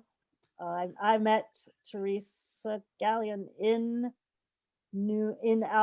Albuquerque virtually at Placitas at the Cactus Reading Series, which is also where I met Bill. We have so glad that folks from the ABQ area have joined us today in full force, as you always are. What a great community there. And thanks, Teresa. And I'll mention something about your upcoming reading soon after you read. Flames burn for you. The theory of flames across my breast sings in your essence, making love in the embers of your arms and legs. The burn spreads around me. I want to hold truth in my hands, wrap them around you, and feel you melt into the moisture of love. Let me drown in the eternity of you across lifetimes. When you are finished with me, drop me with mercy. The rhythms of my heart will play me into a permanent sleep with your smile sheltering my breathing space. Complete surrender is the only way I may cross over to the next life, to float against your light body. Everything is sacred. Even the tainted must heal with a new coat of earth rubbed against the face. Now you must be told, only grace lives in my garden. I want you, but cannot take you there. You are not ready to embrace holiness. It is still beyond your range of understanding. Everything you do must be in preparation to receive the sacred touch of divine love. I want to nourish you with my love embrace. Reach out when you're ready. I am here waiting for you. Thank you so much. I am so blessed to be a part of this great CVL community. Thank you so much, Teresa Gallion, from her new book, The Scent of Love. You've heard her read in open mic, and will be joining us on July 11th for her new books showcase. We look forward to that, and thank you. And it was always a pleasure also to see you at Not the Time to Be Silent as well. We got to share that platform, and fantastic. We'll see you soon. Blessings. Well, next up is a salmon sister of mine. So excited for her new book that will be coming out called State of Grass. And would you please welcome from Western Massachusetts, Janet MacFadyen. Thank you, Sandy. I'll be reading a poem from the new book coming from Salmon. It's called Tar Pit Elegy. And who incited the fires? Who decided? Who wore the boots and who was raked under them? Who just upped and walked out? And who was left to pick up? What defined family, story, hierarchy? These questions just lead to the tar pits, the panic drownings, the thrashings. I tar and feather myself here in the streets, the white houses. I am doing it now, and I am not alone. And I am not done with this, though truthfully, I'm utterly sick of it. I never had a million other women tying you with their hair, though I will tell you, they are out there. They just never knew they had sisters until now. I'm angry again, really. I thought I had walked out. See you later. But then something drags its cadaverous body up the old stairs, standing at the end of my bed where you enter my dream world, my nostrils, my lungs, my reinforced concrete. Am I dead yet? The brain never unplugs, knotting pillowcases into fists and clots, cakes of ash passed down from the ancestors into my hands, dropped from their boots. What came down to your grandfather, to your father, and to you comes down to me. And now I have set fire to the kitchen again, fling clinkers to the keening winds, these charred kernels, your broken chest, my broken heart. I send your hair on the tar smoke of burnt offerings to the dire wolf, the short-faced bear, offered my severed fingers, my left breast, offer the odor of panic, odor of jackboot and silence, of shame and breaking glass, smoke so thick and choking, even the spirit world can no longer stand it. And they begin a generations long slow weeping for what we all have shared. Thank you.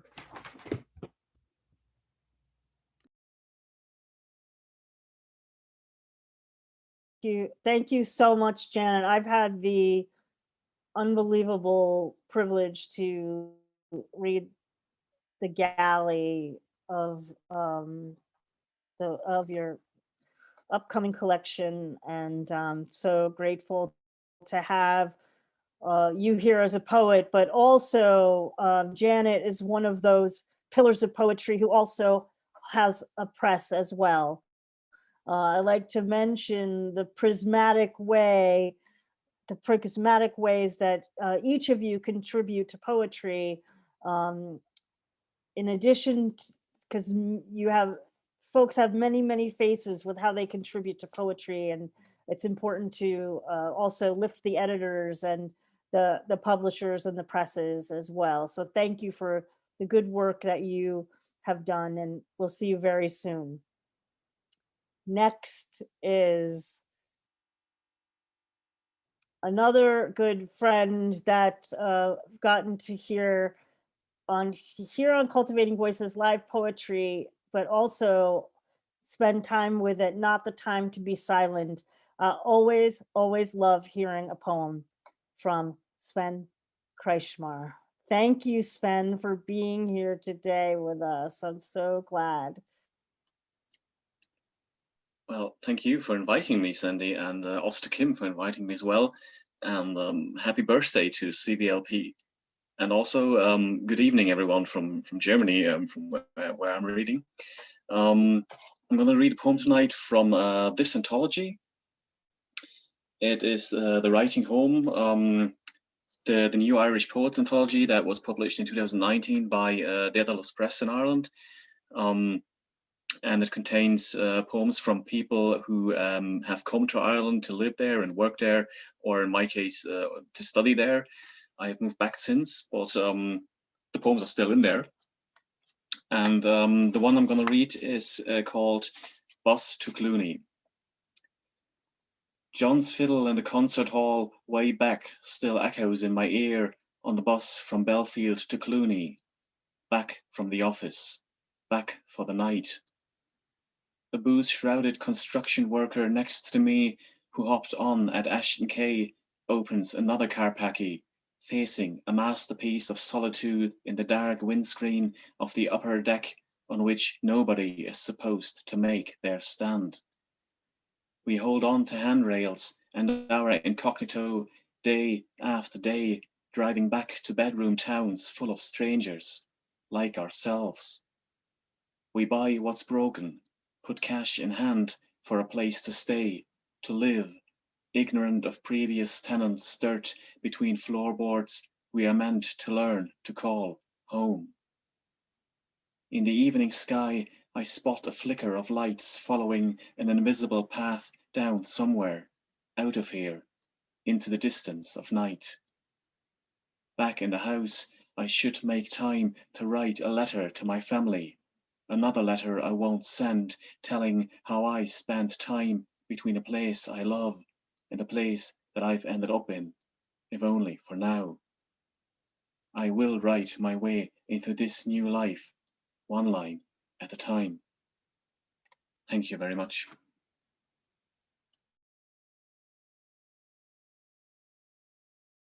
Wonderful, as usual. Thank you, Sven. And I have to get that anthology. I don't know how I haven't gotten it up until this point, but that's on my list for my next new book. I apologize, everyone. I skipped over a person who has never misses Cultivating Voices live poetry. If we had an attendance award, which we don't, Kate Wegrzyn would receive it. Although maybe Kim Ports is running up there. Yeah, probably the two of you.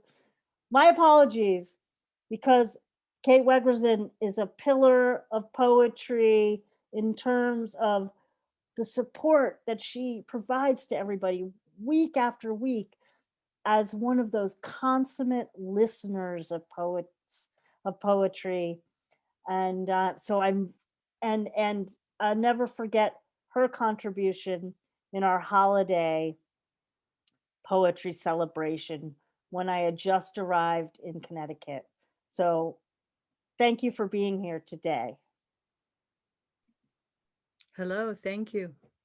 Behind me is a poster, and it is called Women Who Dare. It was in my shop, and I had people making a list of can I get that poster? Can I get that poster? My shop was divine people, all people. And today I'm reading quickly what I found from 2014 in a notebook. And this last year, I have learned poetry forms, and I hope I don't go over time. I better set this. Go. Start.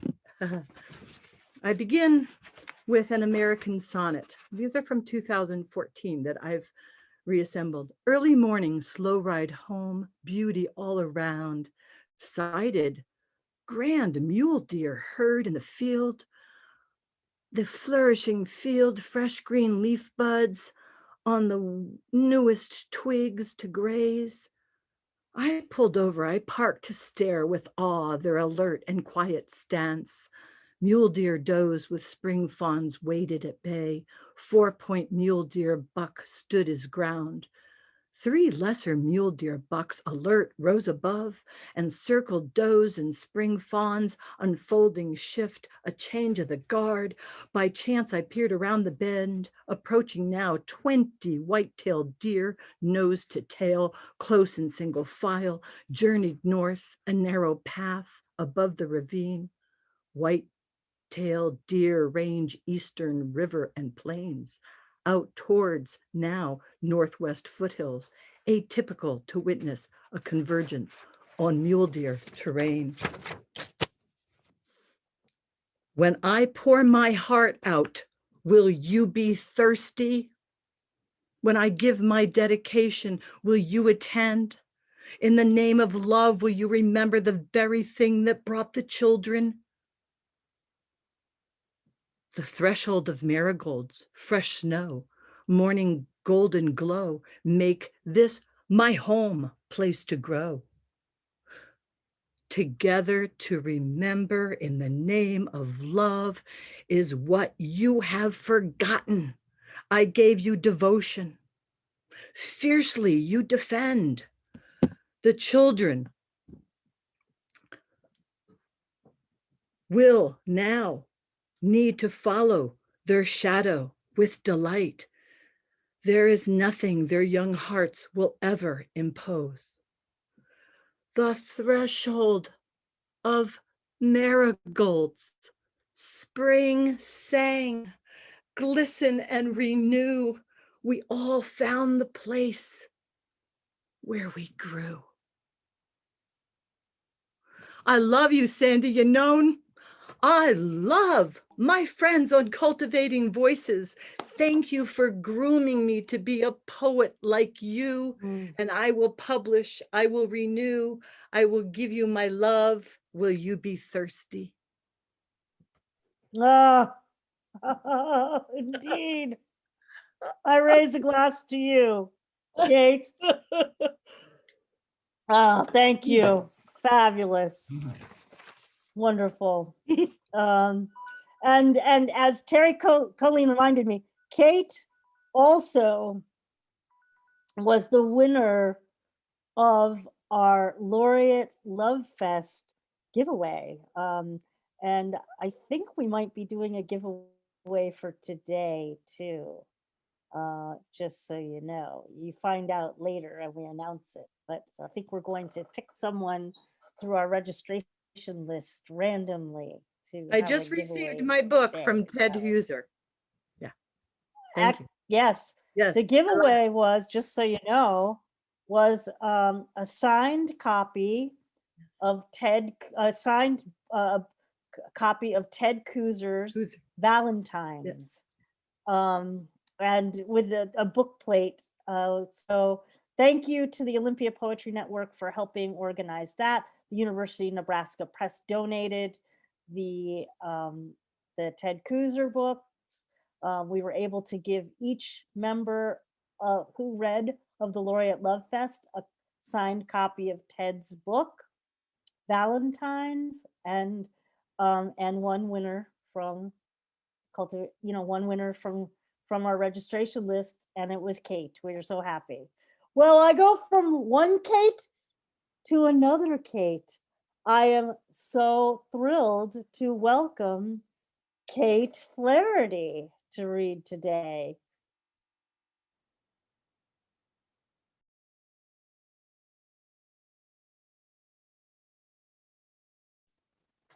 Hello, I'm coming to you from Dorchester, Massachusetts. I wandered into this poetry reading through a Facebook page of the Cool People, Night People, and I didn't know what I was getting into. However, the poem I'm going to read is not too long, might be familiar to Bill Nevins and Teresa Gallion. I lived in New Mexico for 20 years, and that's where this poem actually takes place. It's called Trinity Site, and some of you may know what the Trinity Site is. It's where they set off the first experimental atom bomb in July of 1945. It was named by the head of the Manhattan Project out of Los Alamos. Okay, Trinity Site. Silence has reclaimed the desert. Only a chain link fence separates the site from the rest of the desert scene. The Sacramento Mountains rise to the east. Juniper and sage dot the sand.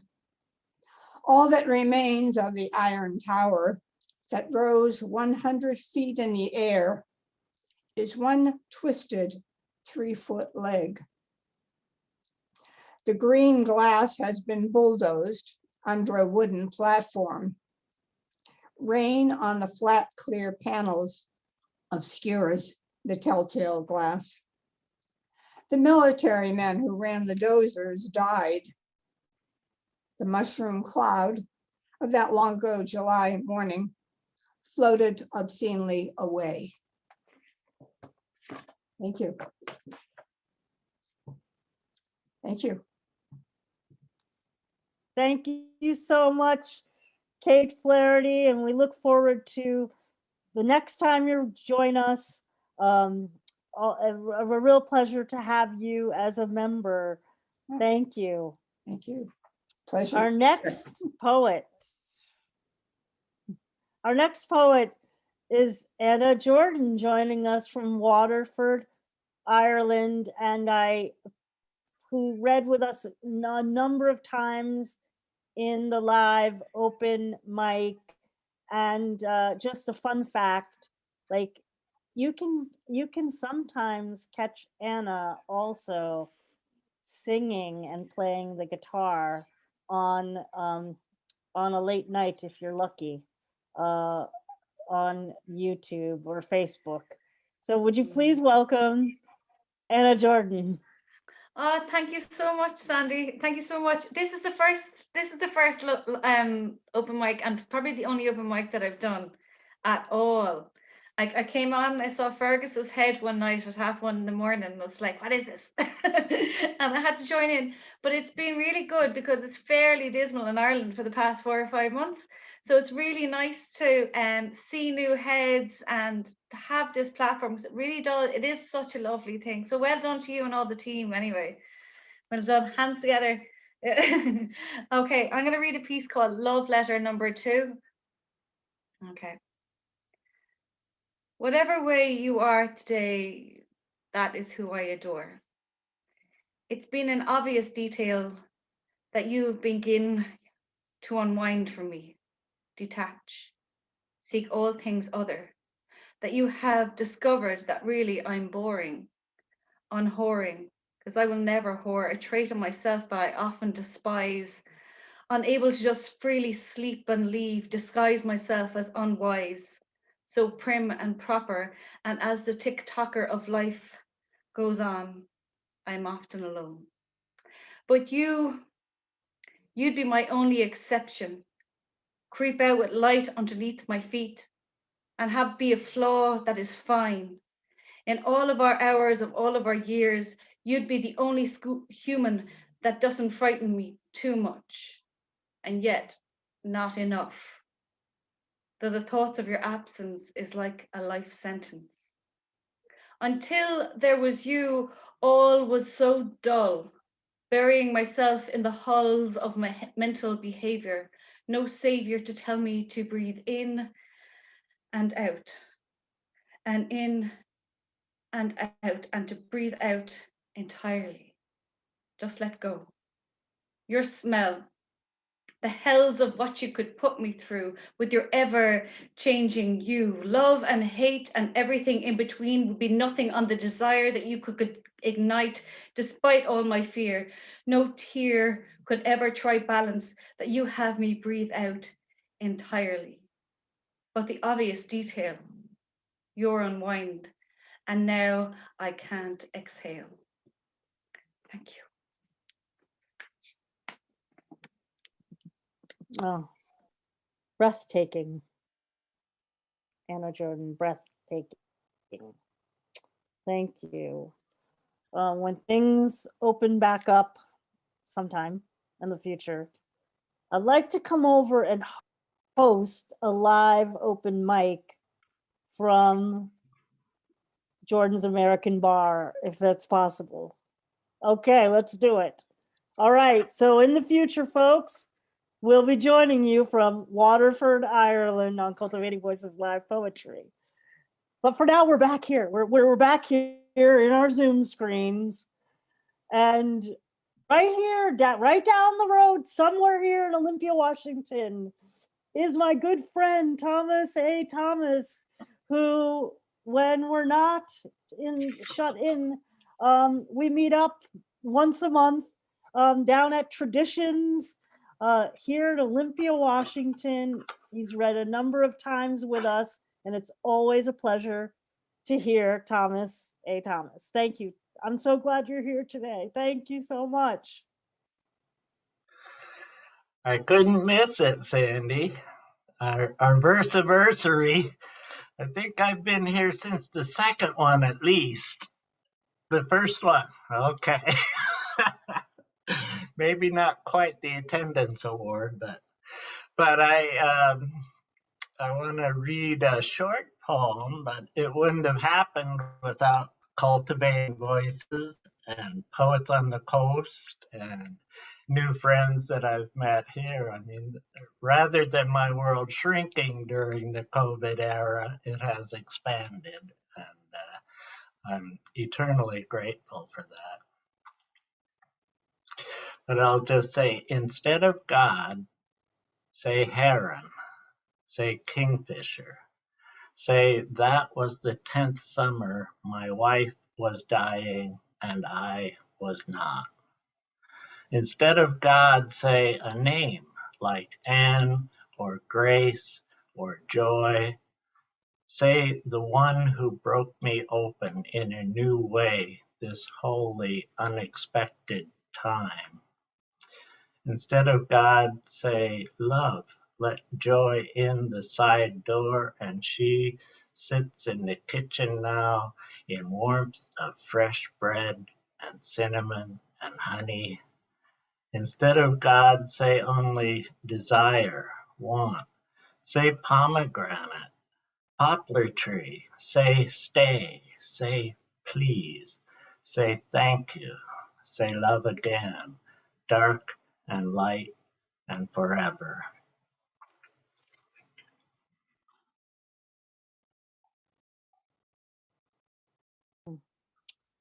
Thank you so much. What a poem, what a poem. I'll see you soon somewhere in Olympia. I look forward to that.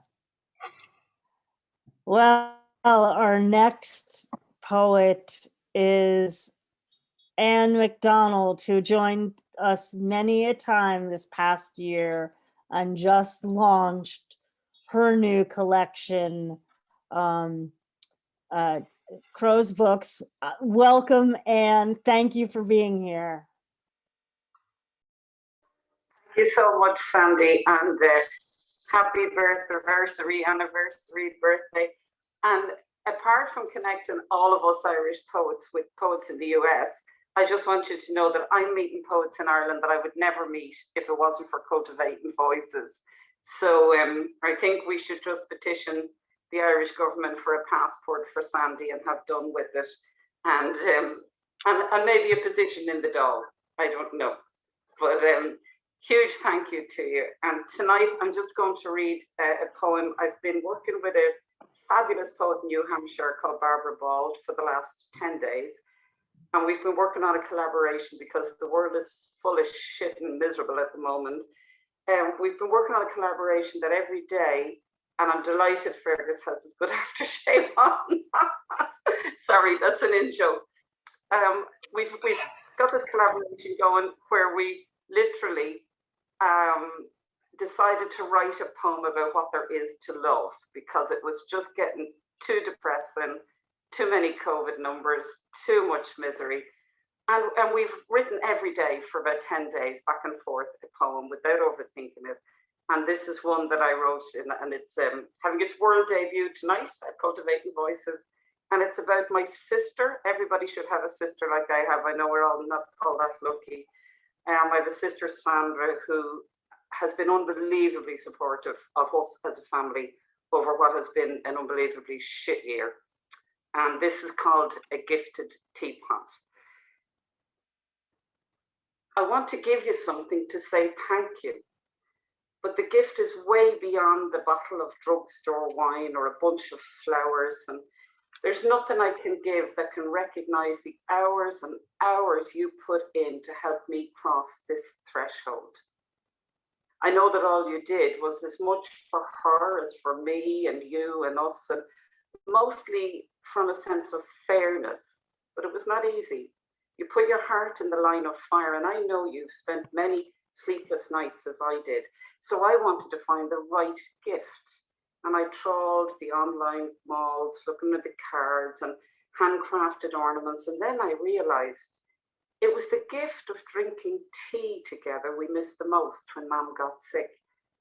The endless talk and cakes and foods and schemes to lose weight and make money, and what was funny about the latest gossip, and leaving this house in the evening with a bag of food or slips of plants or charity shop clothes picked for the kids with love.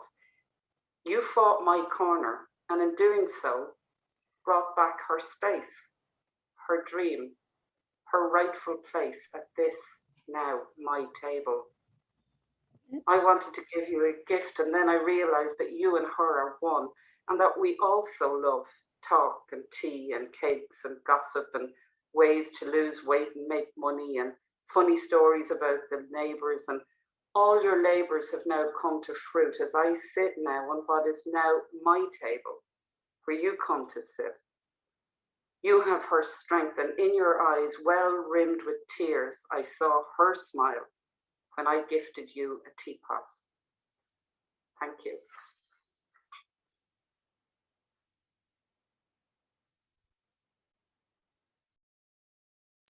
Thank you, Anne, for debuting that poem with us. Having just left my family yesterday, it's quite moving to me to hear that poem today. We'll see you soon.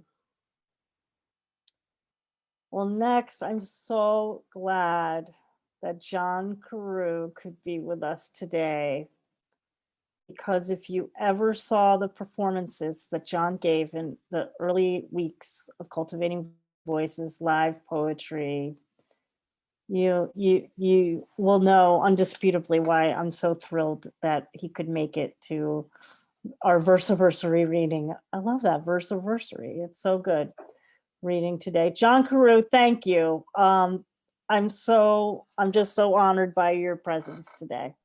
So. Hi, Sandy, and hello to my fellow poets from all over the world, wherever you're from. And congratulations on the first anniversary of Cultivating Voices. I must tell you that it's dark, windy and wet outside here in Ireland at the moment. So I think it's safe enough to introduce you to a little bit of love and lust, passion and desire. So here we go. Go handy, girls. Handy now. All ye young lovers, take heed and listen well to the story I must tell of battles fiercely fought for love and lust, passion and desire. Of a Viking queen with eyes of emerald green, our battle cry striking fear into the hearts of every man, as we plunder and pillage to gratify our lust for love. The Kaiser's daughter, an Eastern beauty, royal blood pulsing through her veins, of a lowly warrior that would dare to share her bed, his bones left cleansed and whitened by a Siberian wind. The Yannone River chills his lusty passions. The emperor's daughter, an Eastern beauty. Sorry now, I got that wrong. An Oriental princess, an Eastern beauty. Steamy nights of passion, betrayed by the traitor's dagger. Temptress of the Nile, seductive and alluring, lays mummified beneath the pyramids, or Egyptian Viking left with no desire to live. African goddess, skin of black silk, skin of, my head is gone, sorry. Bewitched and spellbound by the sight of her voluptuousness, enslaved to the chains of bondage, her cries for freedom to be heard for 1,000 years. My Comanche squaw, wild and free, riding bareback o'er the plains, chasing the elusive white buffalo of love.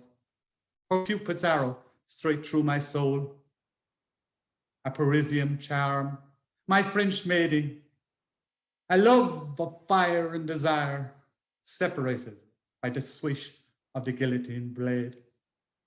So all ye young lovers who have listened well to the story I had to tell, your love is as fleeting a thing as the cherry blossoms in spring, where I had no beginning and will have no end. For I am love and lust, passion and desire. Thank you very much.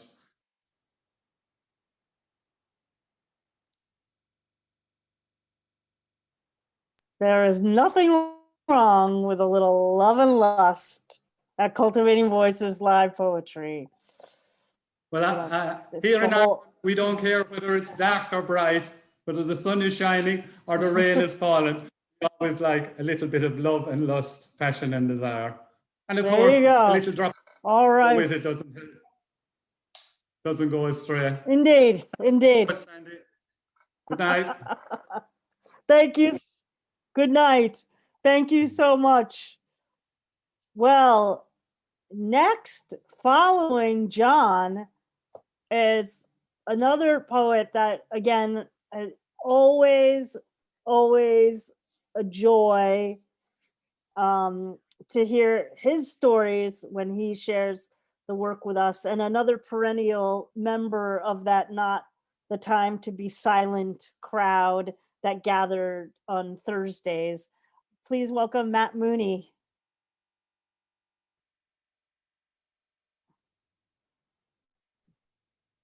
Now, Sandy, good evening. And after your introduction, I have to do the best I can. As John B would say, give it your best, your almighty best. The poem I'm going to read is called Stardust. And a bit like John, it's about the greats of the past. And in this case, it's mythological. We have our own mythology, but we call it we call the stories legends. And this is the legend based on the legend of Finn McCool, and a particular story of Oisin, who was with Fionn, his father, in Killarney, and they were hunting, and they came across a most beautiful young lady who came on the scene. She was Neve with golden hair, and she put a kind of a spell on him, and he fell in love with her, and she said, I'm going to take you to the land of youth. And she took him to the land of youth. Then he was there for 300 years, but he got a bit lonesome for home, and he came back, and he was told before he went by Neve and by his advisors, no, you're on this horse, on this steed, but don't dismount. If you dismount, you will be an old man.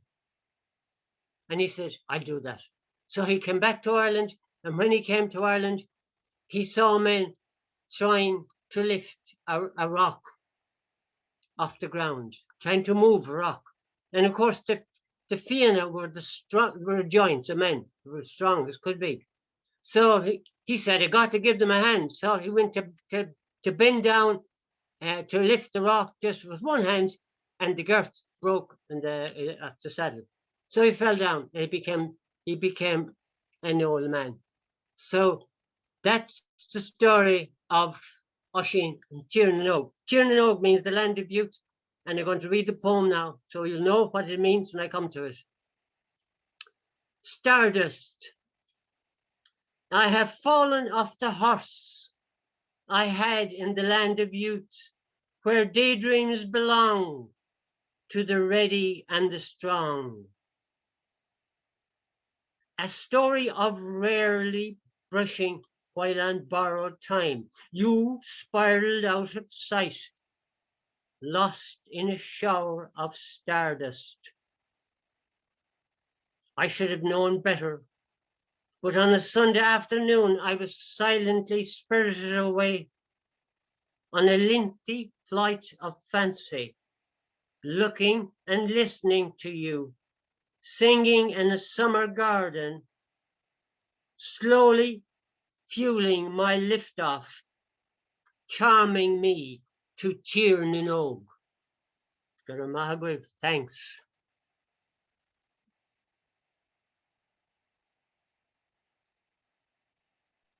Thank you so much, Matt Mooney. I look forward always to hearing you. Always. And congrats on the year and the days, to say, a great, great year of poetry from transatlantic poetry, wonderful trans-world international. Thank you very much. And Kim and Elizabeth and Don.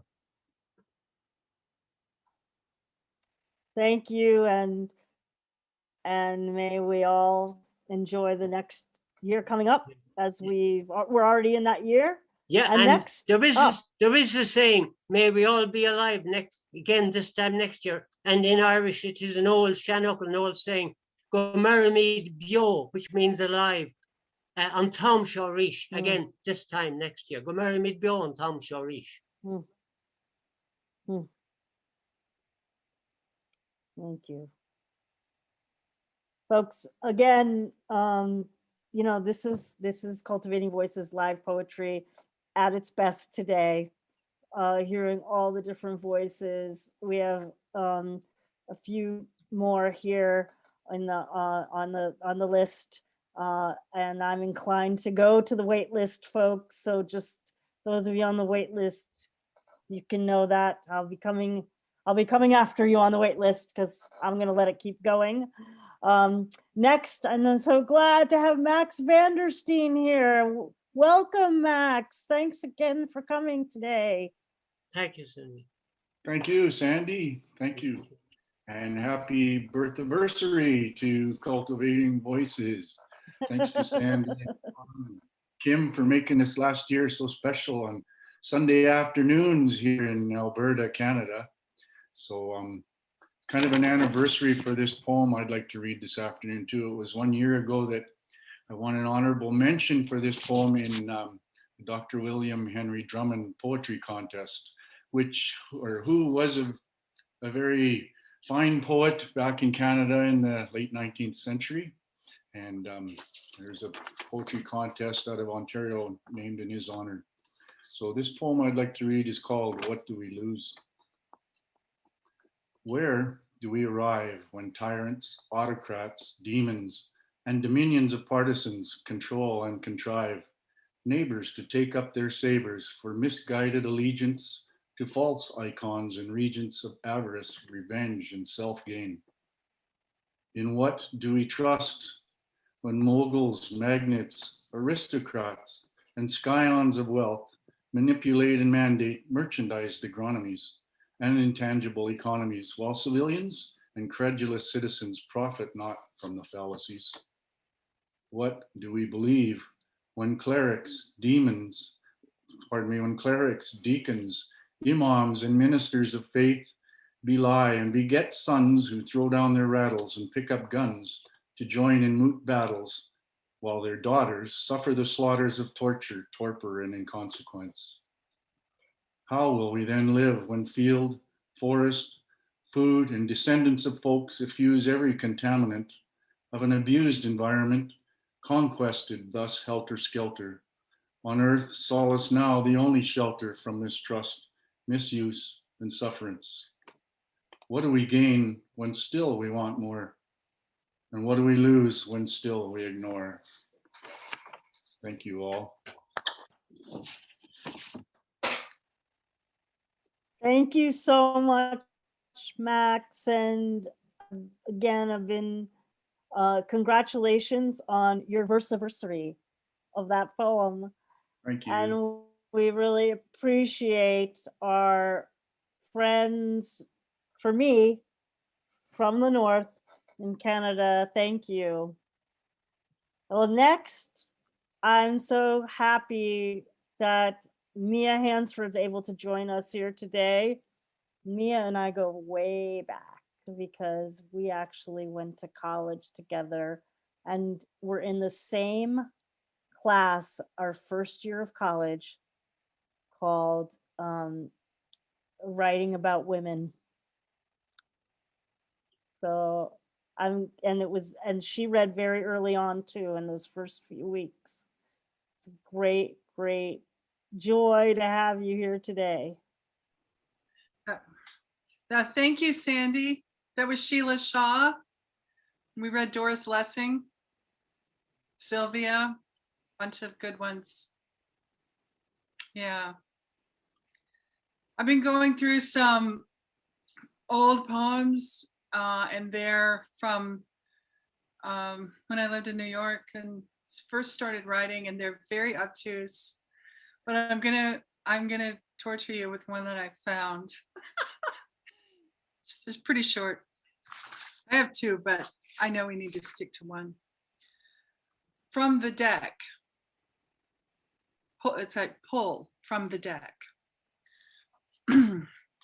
Snail fair, the year when the tiny black chair and the cornered mule ear of the winged rumple man task their man months to nurture and heal.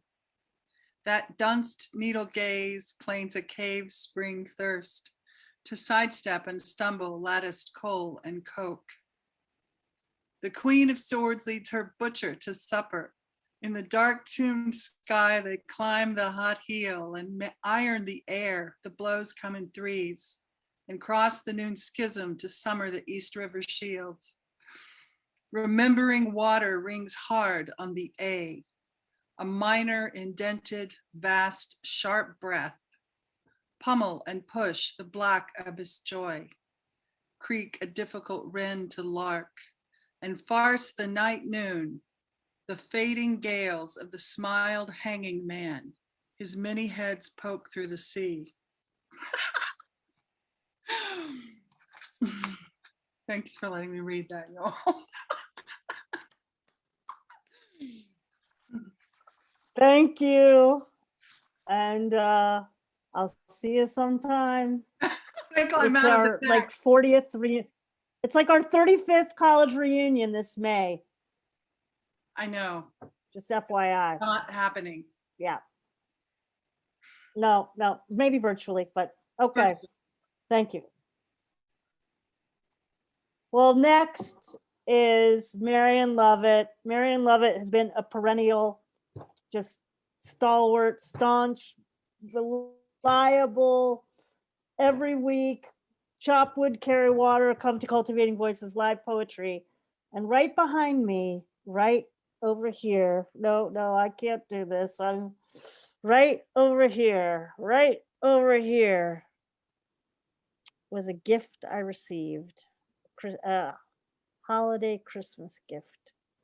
Van Bolen's final collection, The Historians. I just brought it back with me because I couldn't send it ahead. I had to have it with me.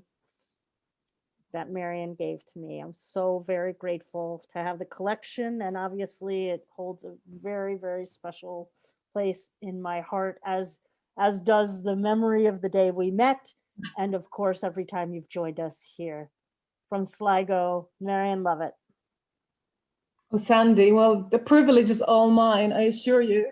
And certainly for me, like so many others, I think Cultivating Voices has been a lifeline in the last year.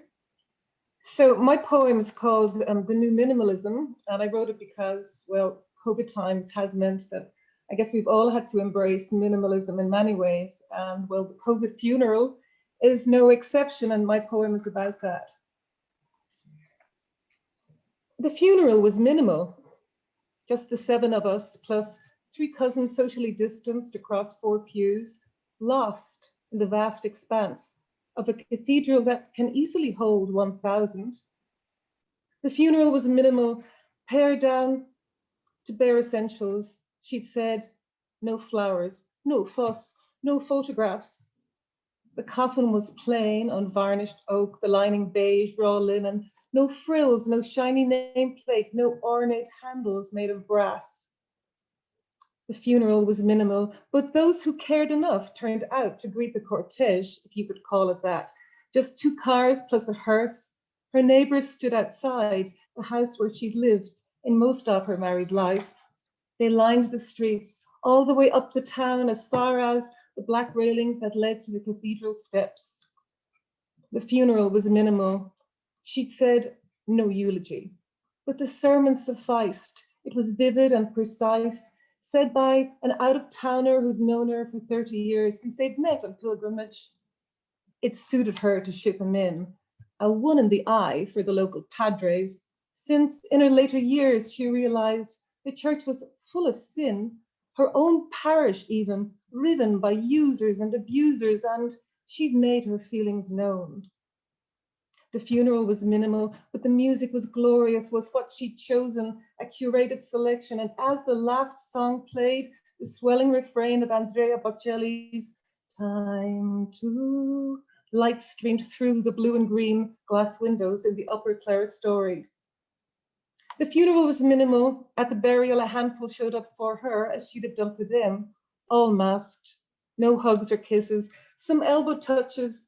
A few related what she'd said the last time that they'd met. There were laughs about how outspoken she could be. And I remembered then the time she'd rung me and said, "His paintings are in the shed." No interest in their worth. They were always at loggerheads. He'd laughed it off and said, "She was never so easily impressed, my mother." Well, now she's gone, no speaking ill. Instead, that day, we did everything the way she wanted. The funeral was minimal, but the service was televised, and several who couldn't come tuned into it online.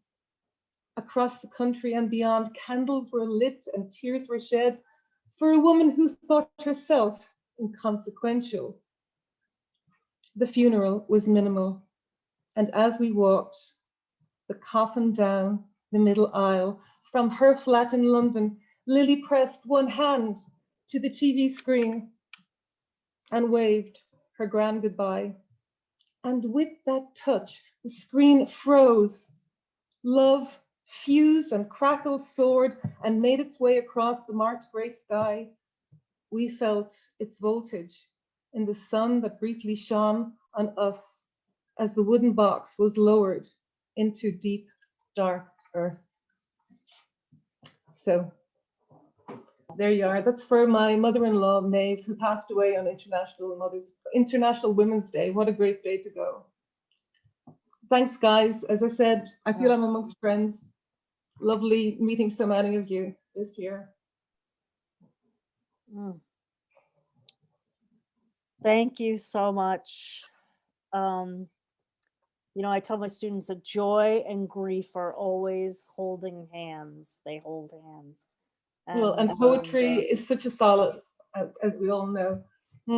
As we all know, every week we've attended to lots of grief during every week. We saw it and amplified in different ways, and it's a very good reminder as to why we came together to begin with, is, you know, to give us some solace, some relief from the known and the unknowns of the pandemic.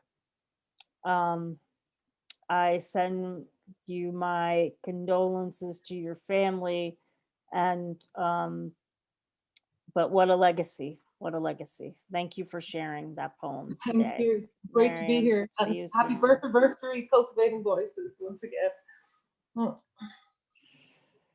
Well, I love how the poetry, I love how the poetry gods and goddesses do their work, their magic, because I happen to know that Marian and our next poet became friends through Cultivating Voices Live. I kind of watched it happen on the chat, like they made a bond. Our next poet is Lilley. Gary Copeland Lilley needs no introduction from me. And I'm always, always deeply grateful when he joins us here. His work is astounding. And again, I'm so glad you're here today to hear this incredible array of poetry. And yeah, thank you. Thank you, Sandy. I just want to say, like, Cultivating Voices is what a year. It's a good way to spend a lockdown and stuff, you know, that we're writing poems and we're meeting other poets and stuff. It's just so wonderful. And yeah, and this, yeah, we do find a community here, and thank you for that. I'm not going to talk too long about this. And thank you too, Marian, for this poem that you did. I'm glad to be reading here.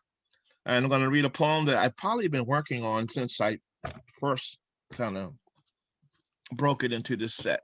So this poem is Instructions to Avoid Drowning.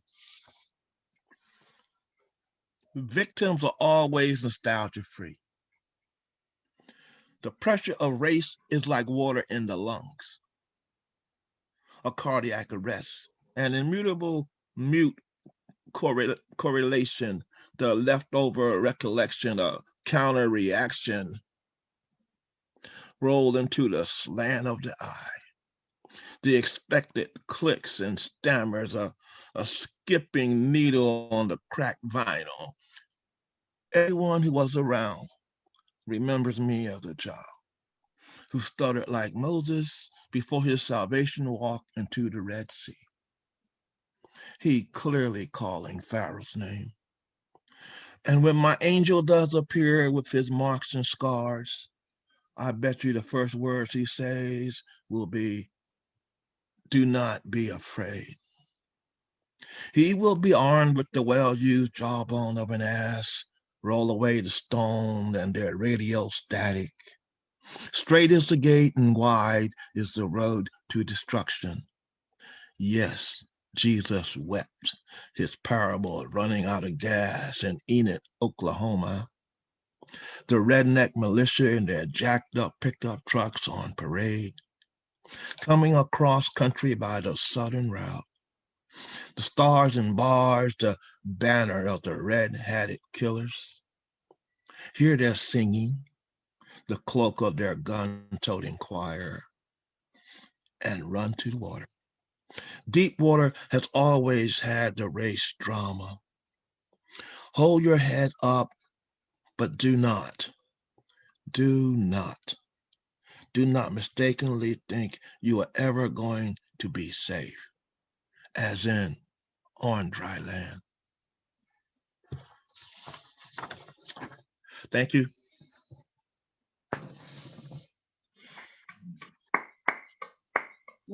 Gary, Lilley, my friends, always astounding. Thank you so much.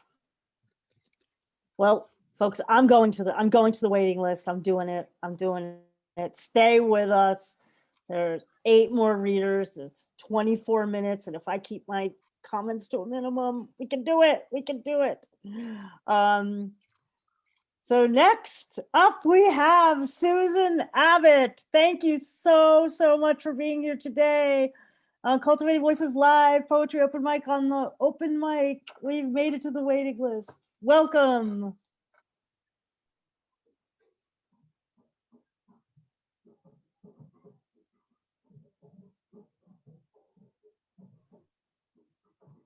Hello.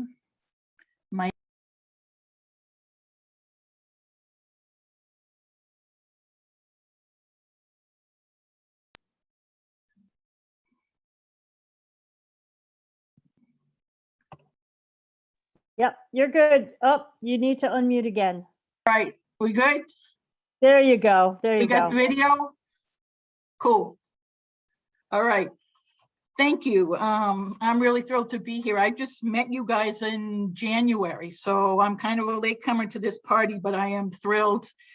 Yes, and Gary, a great place to spend lockdown time. And I've been just this week experimenting with some forms, one the villanelle, and so I want to share that with you. This one is also in honor of Passover, and my mother, her name was Miriam, and this is called Miriam's Daughter. And those, I'm sure you're familiar with villanelles. There's a lot of repetition in them, so it's pretty straightforward. I'm coming to you from Joshua Tree, California, and that's in the desert, about 3 hours east of Los Angeles. So I have, Miriam's daughter. Across the desert, a monsoon spills its water, torrents of rain in the washes flood. This is the prophet Miriam's daughter, witness to killings, the genocidal slaughter, the stolen lands, the indigenous blood. Across the desert, a monsoon spills its water. Plant medicine, Mother Nature has taught her to repair the world for the common good. This is the prophet Miriam's daughter. To those who made jokes or would mock or taunt her, she is the drink to the thirsty, the spark to the wood. Across the desert, the monsoon spills its water. And out of this storm, the new seeds it brought her, a generous crop, a sustaining food. This is the prophet's Miriam's daughter. Clouds will pass over like locusts and plagues. Let the earth mix with water and give us its mud. Across the desert, the monsoon spills its water. This is the prophet Miriam's daughter. Thank you. Thank you, thank you. Bravo, brava, Susan Abbott, for that villanelle. Truly, great debut. Come back soon. I'm going to move now to another one of my Olympia neighbors. If you live in Olympia, there she is. She's a queen, goddess of poetry to me. Fantastic. Sandy, can you hear me okay? Yes, I can. So great to see you. Good to see you too. This has been a lovely show. I've been debating if I should stick with the spiritual theme or go with something different. So I'm going to stick with the spiritual theme and throw my 2 cents in as well. This poem is called One, and it started me on my journey as a performance poet. So I hope you enjoy it. We do not need 10 commandments, just this, one truth. There are no divisions. We are one. Mind, body, soul, life, planet, just one. So this is my plea, this is my cry. If you do not understand, I cannot tell you why. It is the ground under my feet and my eye in the skies. I am one. When you see your brothers and sisters and you say, hey, how you doing? Are you good? Remember, we are one. We all need something. Like the truth in the center of all the spokes in a wheel, surrounded in hope and love, I honestly see we are one. Preacher and sinner, one. Cops, robbers, judges, prisoners, one. Dealers, addicts, bloods, crips, hoes, and pimps, one. Black, white, brown, yellow, and red, gay, straight, queer, square, we are all eating from the same plate and sleeping in one bed. When we think of each other instead of fear, accept each other as one. When you see a sick puppy or a wolf pack on the attack, why stay back? Can't you see? We are in one condition and behave as one. Look at us and yourself in the mirror, because everything is one. There are no enemies in one. There are no fences, cells, prisons, walls. They are a dream, an illusion, because we are one. I am one. You are one person with one perspective, born with one will and tongue at one time, from one mother, just one. If you seek the truth, then you are one. If we all love our enemies, I guess there would be none. Are you one? There are no enemies in one. Mind, body, soul, life, planet, just one. We are one, Christian, Muslim, Jew, animist, humanist, atheist, Hindu, pagan, Wiccan, Zen, Buddhist too. Agnostics are ahead of me here. Y'all knew there might be one. And here it is, because we are one, seeking truth, wisdom, and honesty, understanding, acceptance, and forgiveness, praying, meditating, and debating who has the best answer, how to attain nirvana. Will I be accepted into heaven? Are we really separated by how we love people? What are we arguing about? Whatever it is, I am sure of this. The answer is we are one. Like one truth in the center of all the spokes in a wheel, surrounded in hope and love. I honestly see we are one. Thank you. Oh, that's from Universal State of Mind. And you can find that poem on The Second Coming of Matriarchy on Bandcamp. My next poetry album, Crazy Thunder Medicine, will be out soon this year. Thank you. Come join us. Thank you. I love that book. I own that book. Thank you. I have it in my collection. Folks, you And I want love books for order women. that book, put it in the chat. Yes, I will. We'll see you soon. I'll see you soon. That's Lennee Reid, and Lennee joined us in our Votes for Women reading. My sister here in Olympia, much love. See you soon. And we move forward here in the open mic, making it onto the waiting list. Folks, this person needs no introduction. And if I start to talk about him at this moment, I will probably start crying. So I'm going to just say, please welcome Don Krieger.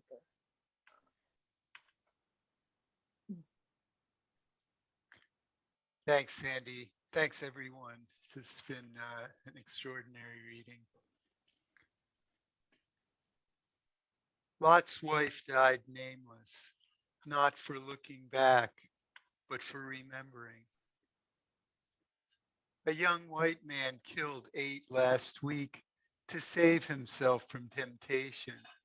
7 were women: Hyun Jung Grant, Sun Cha Kim, Yang Ai Yue, Jiao Ji Tan, Sun Chung Park, Dai Yu Feng, Paul Andre Michel, and Delana Ashley Yon.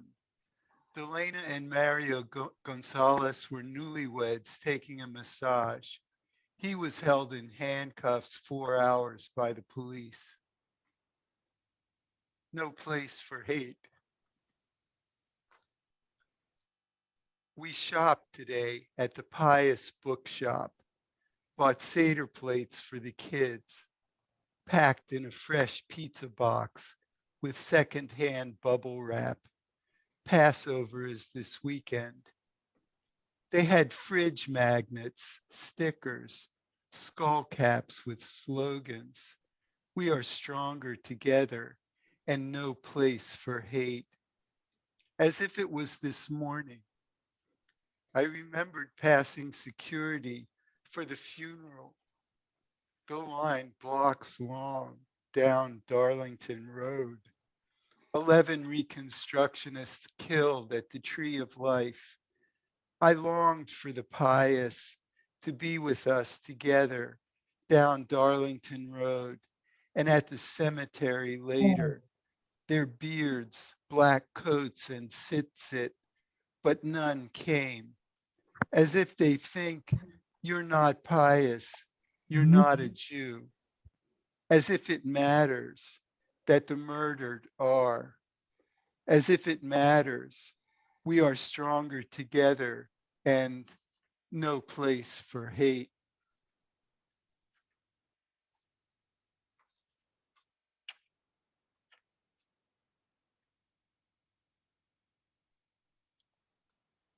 Thank you so much. I let Don Krieger, you know that we couldn't do Cultivating Voices live poetry without you. It's true. It's absolutely true. And I always am, it's so important for me to always remind everybody that, you know, Don is an exceptional, exceptional poet, speaking truth to power. And please check out his book that he read in a new book showcase with us, Discovery.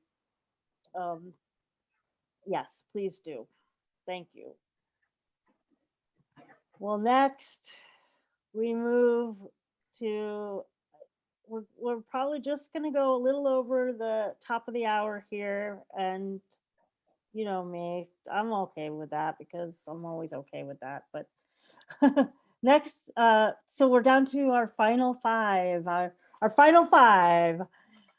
Our first of our final 5 is Muriel Nelson. Welcome and thank you so much for being with us here today on our Versaversary. Thank you very much. Can you hear me? Yeah, okay. I'm a graduate from just a few years ago of Olympia High School.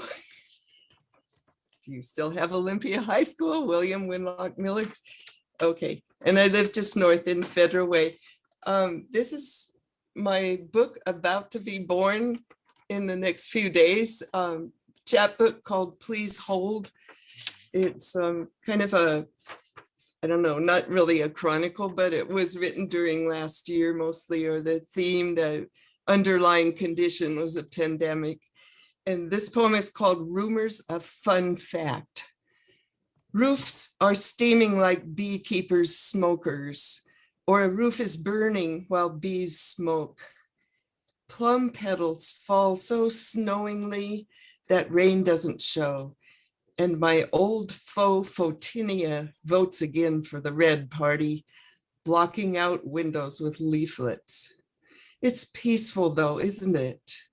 The president's people say everyone knows whatever they claim today. Now they say the president's making good on one of his threats. Others say a mustache is making war.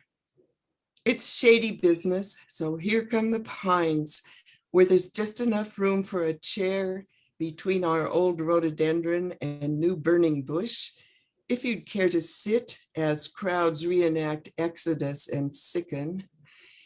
The air is as still as on 9/11, the bees so calm you can hold a tasting in the bloom by your arm, but not a loved one nearby. Or watch an ant rick-racking rough wood while it climbs an inch or two, as if could take us anywhere, as if bees weren't endangered, as if there were no drought coming, no virus, and no threat of smoke in the still air, as if this too early warmth with its plain blue sky, green burning bush, and huge gentle blossoms were normal, were good. Wow.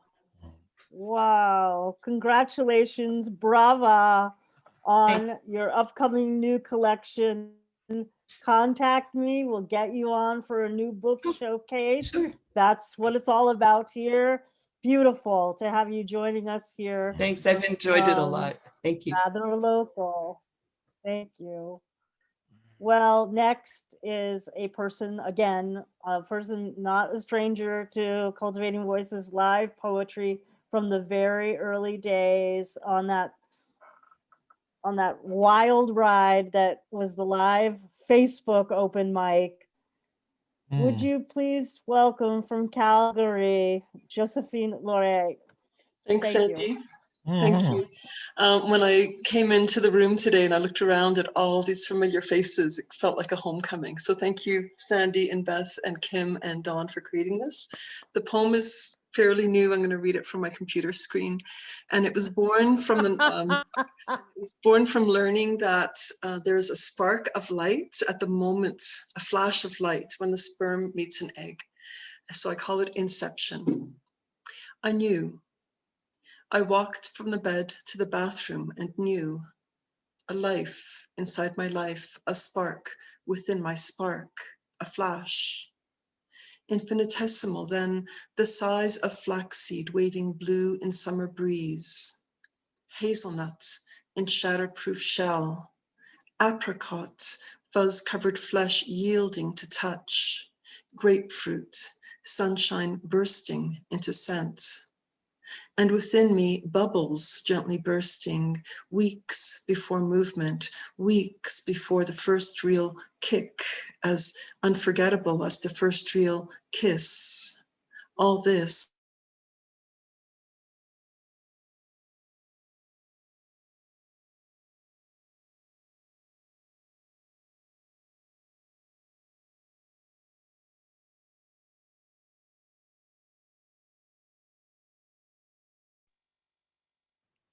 Ooh, it appears that Josephine's feed has frozen. Wow, she's like ended like right on a line. we'll come back if her feed returns so she can finish the poem. It was already beautiful. Thank you so much, Josephine. Try to come back and you'll be back anyway. So thank you. Much love for all the readings that you and all the poetry and community that you have helped us foster over these past however many weeks it's been. Well, next we go to Anchorage to a poet I've just met at a wonderful series, the Poetry Parlay. I just heard an astounding reading from Ray Ball, where Ray also ushered in a wonderful feature. Ray, Go ahead. Ray had to leave. She's not going to be able to read, unfortunately. Oh, I'm so sorry. I'm so sorry. Thank you. I'm so sorry. Well, let me just say this about Ray Ball. Ray Ball will be back with us for a new book showcase, I'm sure. And Ray Ball from Anchorage hosted through the Poetry Parlay. Her poet of influence was Yvonne Boland a few weeks ago. It was a great reading. I'm sorry we didn't get to her in the open mic today. Well, next, if I'm trying to pay attention to the chat, Kim is helping us out. Next up is Jeff Kaliss, and Jeff was one of those perennial members from Not the Time to Be Silent, and I'm glad you've been able to hop on over here to Cultivating Voices Live Poetry and join us here today. Yes, thank you. I guess I'm hopscotching because some of the people, who include some of these people here today, will be going on to the Lime Square poetry thing that'll be starting next month at the same time.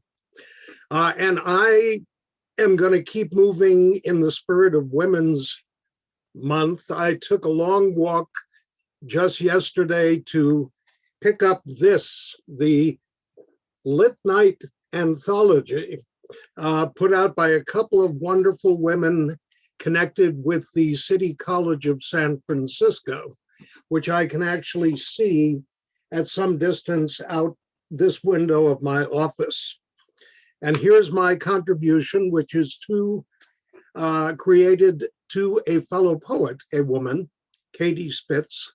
We decided to do ping pong poetry back and forth, and I began it with a poem called In Play.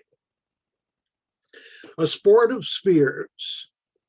52 years ago this day, 3 good-looking, close-cut American guys took it all the way from our Earth to the moon, whosever that is. I watched them on our TV with my first wife. I don't think you were around to watch it yet, though maybe something which would become your words was moving, murmuring out there in space, waiting on what I would be saying, what I was caring about. Here you are now on this anniversary in the game, parrying phrases with me. And here I am now in terrestrial exchange, the pair of us making our own rules for as long as we can make things. And look at you, warming up, positioning body and mind between all the things that want you, among all the things you want. You look like you want to roll away the rules and play it where and when it lays. And whatever you put on or take off, you wear your uniform of playfulness. You fasten on that smile and giggle to follow your volleys of wistful words. Suited up so. Are you playing for us? Are you playing to us? Are you playing to play? You don't have to answer. You don't have to choose. And you knew that I knew that I didn't have to ask. I'm just passing to you something that you can play with. Thank you all very much and happy birth-anniversary. Thank you so much, Jeff. And we look forward to having you with us more on Cultivating Voices Live Poetry. And I look forward to seeing you at Lime Square on Thursdays as well. And you know, I want to give a shout out actually to Siobhan Potter and Dor Cipher, who were the hosts of Not the Time to Be Silent, that just ended its 1 year of extraordinary poetry on Thursdays. And they said, we've done it for a year and we're moving on to other things. And I want to just give a shout out to them because they really were that beacon for me to follow. They had started just about a week before we had started, and I really always looked to them. So I wanted to give them some kudos and congratulations on what an extraordinary series they put together for this past year, weekly, every single week. Well, our final poet before I come back, and I think I'll throw one in for good measure and share some closing remarks with you, is a poet. I believe Fergus Hogan's first reading was maybe our second or third week. Oh, sorry. Excuse me. Before I have Fergus, Josephine, have you come back into the room? Sorry Thank about you, that. Kim. My internet dropped. No, no worries. Okay. I want to honor. Yes, thank you. Okay, thank you. Inception. I knew. I walked from the bed to the bathroom and knew. A life inside my life, a spark within my spark, a flash. Infinitesimal, then the size of flaxseed, weaving blue in summer breeze. Hazelnuts in shatterproof shell. Apricots, fuzz-covered flesh yielding to touch. Grapefruit, sunshine bursting into scent. And within me, bubbles, gently bursting, weeks before movement, weeks before the first real kick, as unforgettable as the first real kiss. All this before anyone else knew. I knew, as intimately as you knew, the beating of my heart keeping silent time until you would be ready to come forth into light. Thank you.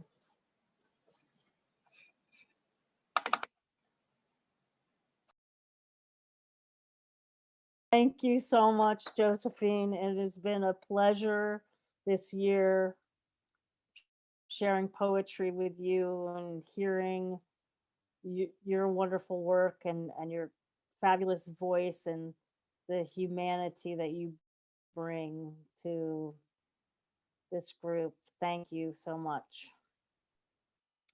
And I'll see you on Wednesday.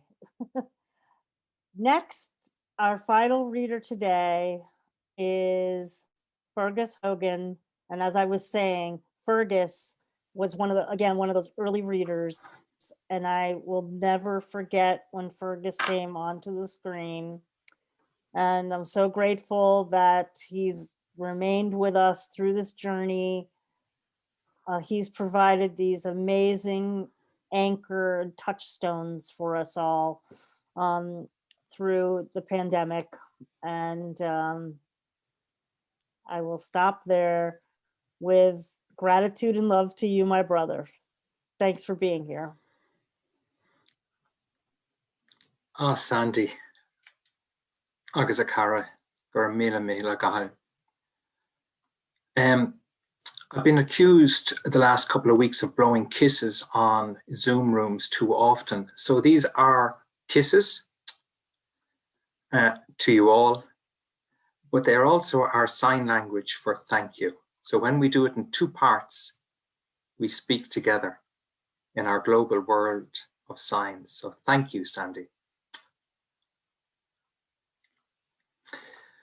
I have 3 minutes, brothers and sisters, in our family. And those of you that are patient with me, you know, 3 minutes don't suit my soul.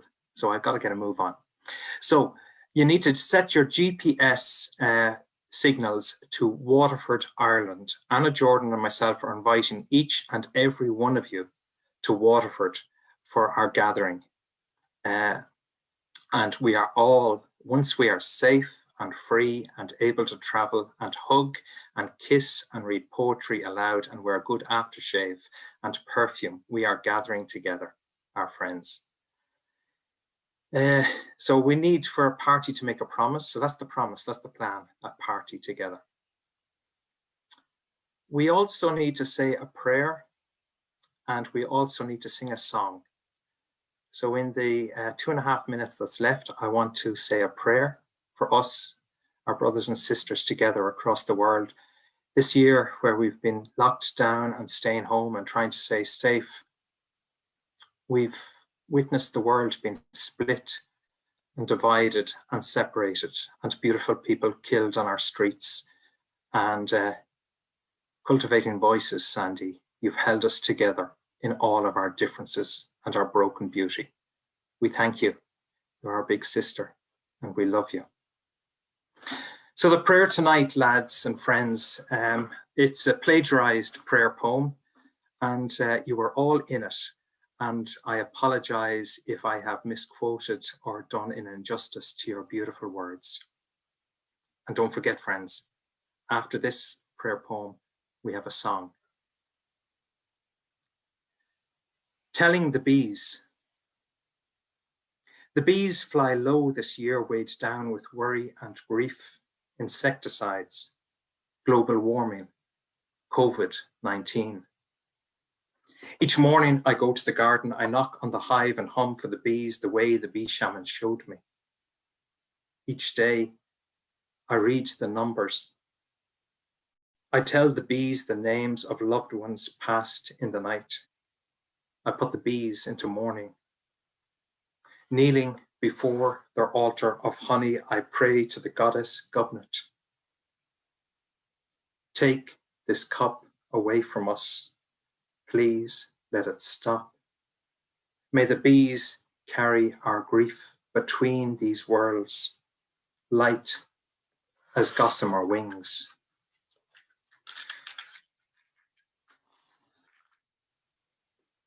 Let's light a candle together, friends. As our first poet brother tonight said, let's light a candle for our fathers and our future, our mothers, our sisters, our brothers. As Bill Nevins says, let's say we all fly free. As Teresa Gallion says, I want to hold truth in my hands and feel you melt in love. And as Janet says, I am not alone. As Sven says, facing a masterpiece of solitude. As kindly Kate, our sister, says, out towards the now northwest facing foothills, the threshold of marigolds, spring sings. As Kate Foley says, juniper and sage dot the sand. As Anna Jordan says, the thoughts of your absence in this life is a life sentence. Breathe in, breathe out, let go entirely. Thomas, our brother, instead of saying God, say the one who broke me open a new way in this unholy, unexpected time. And McDonald, our sister, but there is nothing I can give to recognize the hours and hours you gave to cross this threshold. It's a cup of tea we miss this night together with you. John, be warned, all ye young lovers take heed of love and lust and passion and desire. Steamy nights of passion may betray us all. Matt Mooney, our mentor, I have fallen off the horse too. I had in the land of eternal youth, to Tír na Nóga Cúlan Tí, Tír all in Trí na Céile. You spiraled out of sight. you shine this night, Mooney, in a sky of stars. Max, how will we live in an abused environment? What will we gain? What still more? What do we lose? Mia Hansford asks us to nurture and heal, to sidestep and stumble. The blows, my friends, they come in three. No flowers, no fuss, no photographs. Marian Lovett from Sligo, our sister, reminds us the funeral was minimal, pared down to bare essentials. But those, my friends, who cared turned up, all masked, no hugs or kisses. Gary, our brother, when our angel does appear, she or he will say or do, say, do not be afraid, hold your head up, but do not be mistaken. The promise of race is like water in our lungs. Susan, across the desert, a monsoon spills its water. This is the prophet, Miriam's daughter. She is the drink for the thirsty across the desert, a generous crop. Leanne, we do not need 10 commandments, friends, just this one truth. We, in Cultivating Voices, are one. Brothers and sisters, we all need each other. We are all, if we all loved our enemies, I guess there'd be no one else. Don, we thank you for all you've done this year for us. Lot's wife died nameless, not for looking back, but for remembering. Friends, the prayer. Let's take a silent moment, shared together in love. Let's say the names in our heart of those we've loved and lost and let go. Let's say their names. Let's say their names. We are stronger together and no place for hate. Muriel, our roof is burning while bees smoke, and the bees are so calm, as if the bees were in no danger, but they are. As if, Josephine, as if. But you knew. You walked from the bedroom to the bathroom, a new life in your womb. A new spark, a light, sunrise bursts into sense, a kiss, all of this. Jeff, all the things you want, all the things we want, we don't have to answer. We don't have to choose. You don't even have to ask. And now, my friends, as if we weren't out of time already, can I ask you to unmute together and we'll sing the global song. And it's for us. And I wish Sandy wouldn't keep changing the name. It's our birthday, it's our anniversary, it's our versary, but it's our happy birthday song. So we're going to sing this tonight together for Sandy, for her sister Elizabeth Ann, for her mom and dad who have been with us in our hearts, for Dawn and for Kim. Happy birthday to us.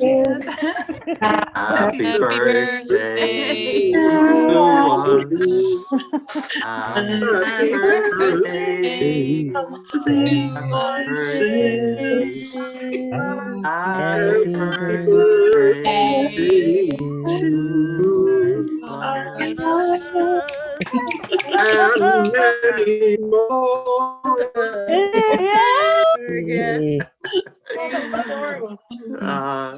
Thank you. Oh my gosh. What a perfect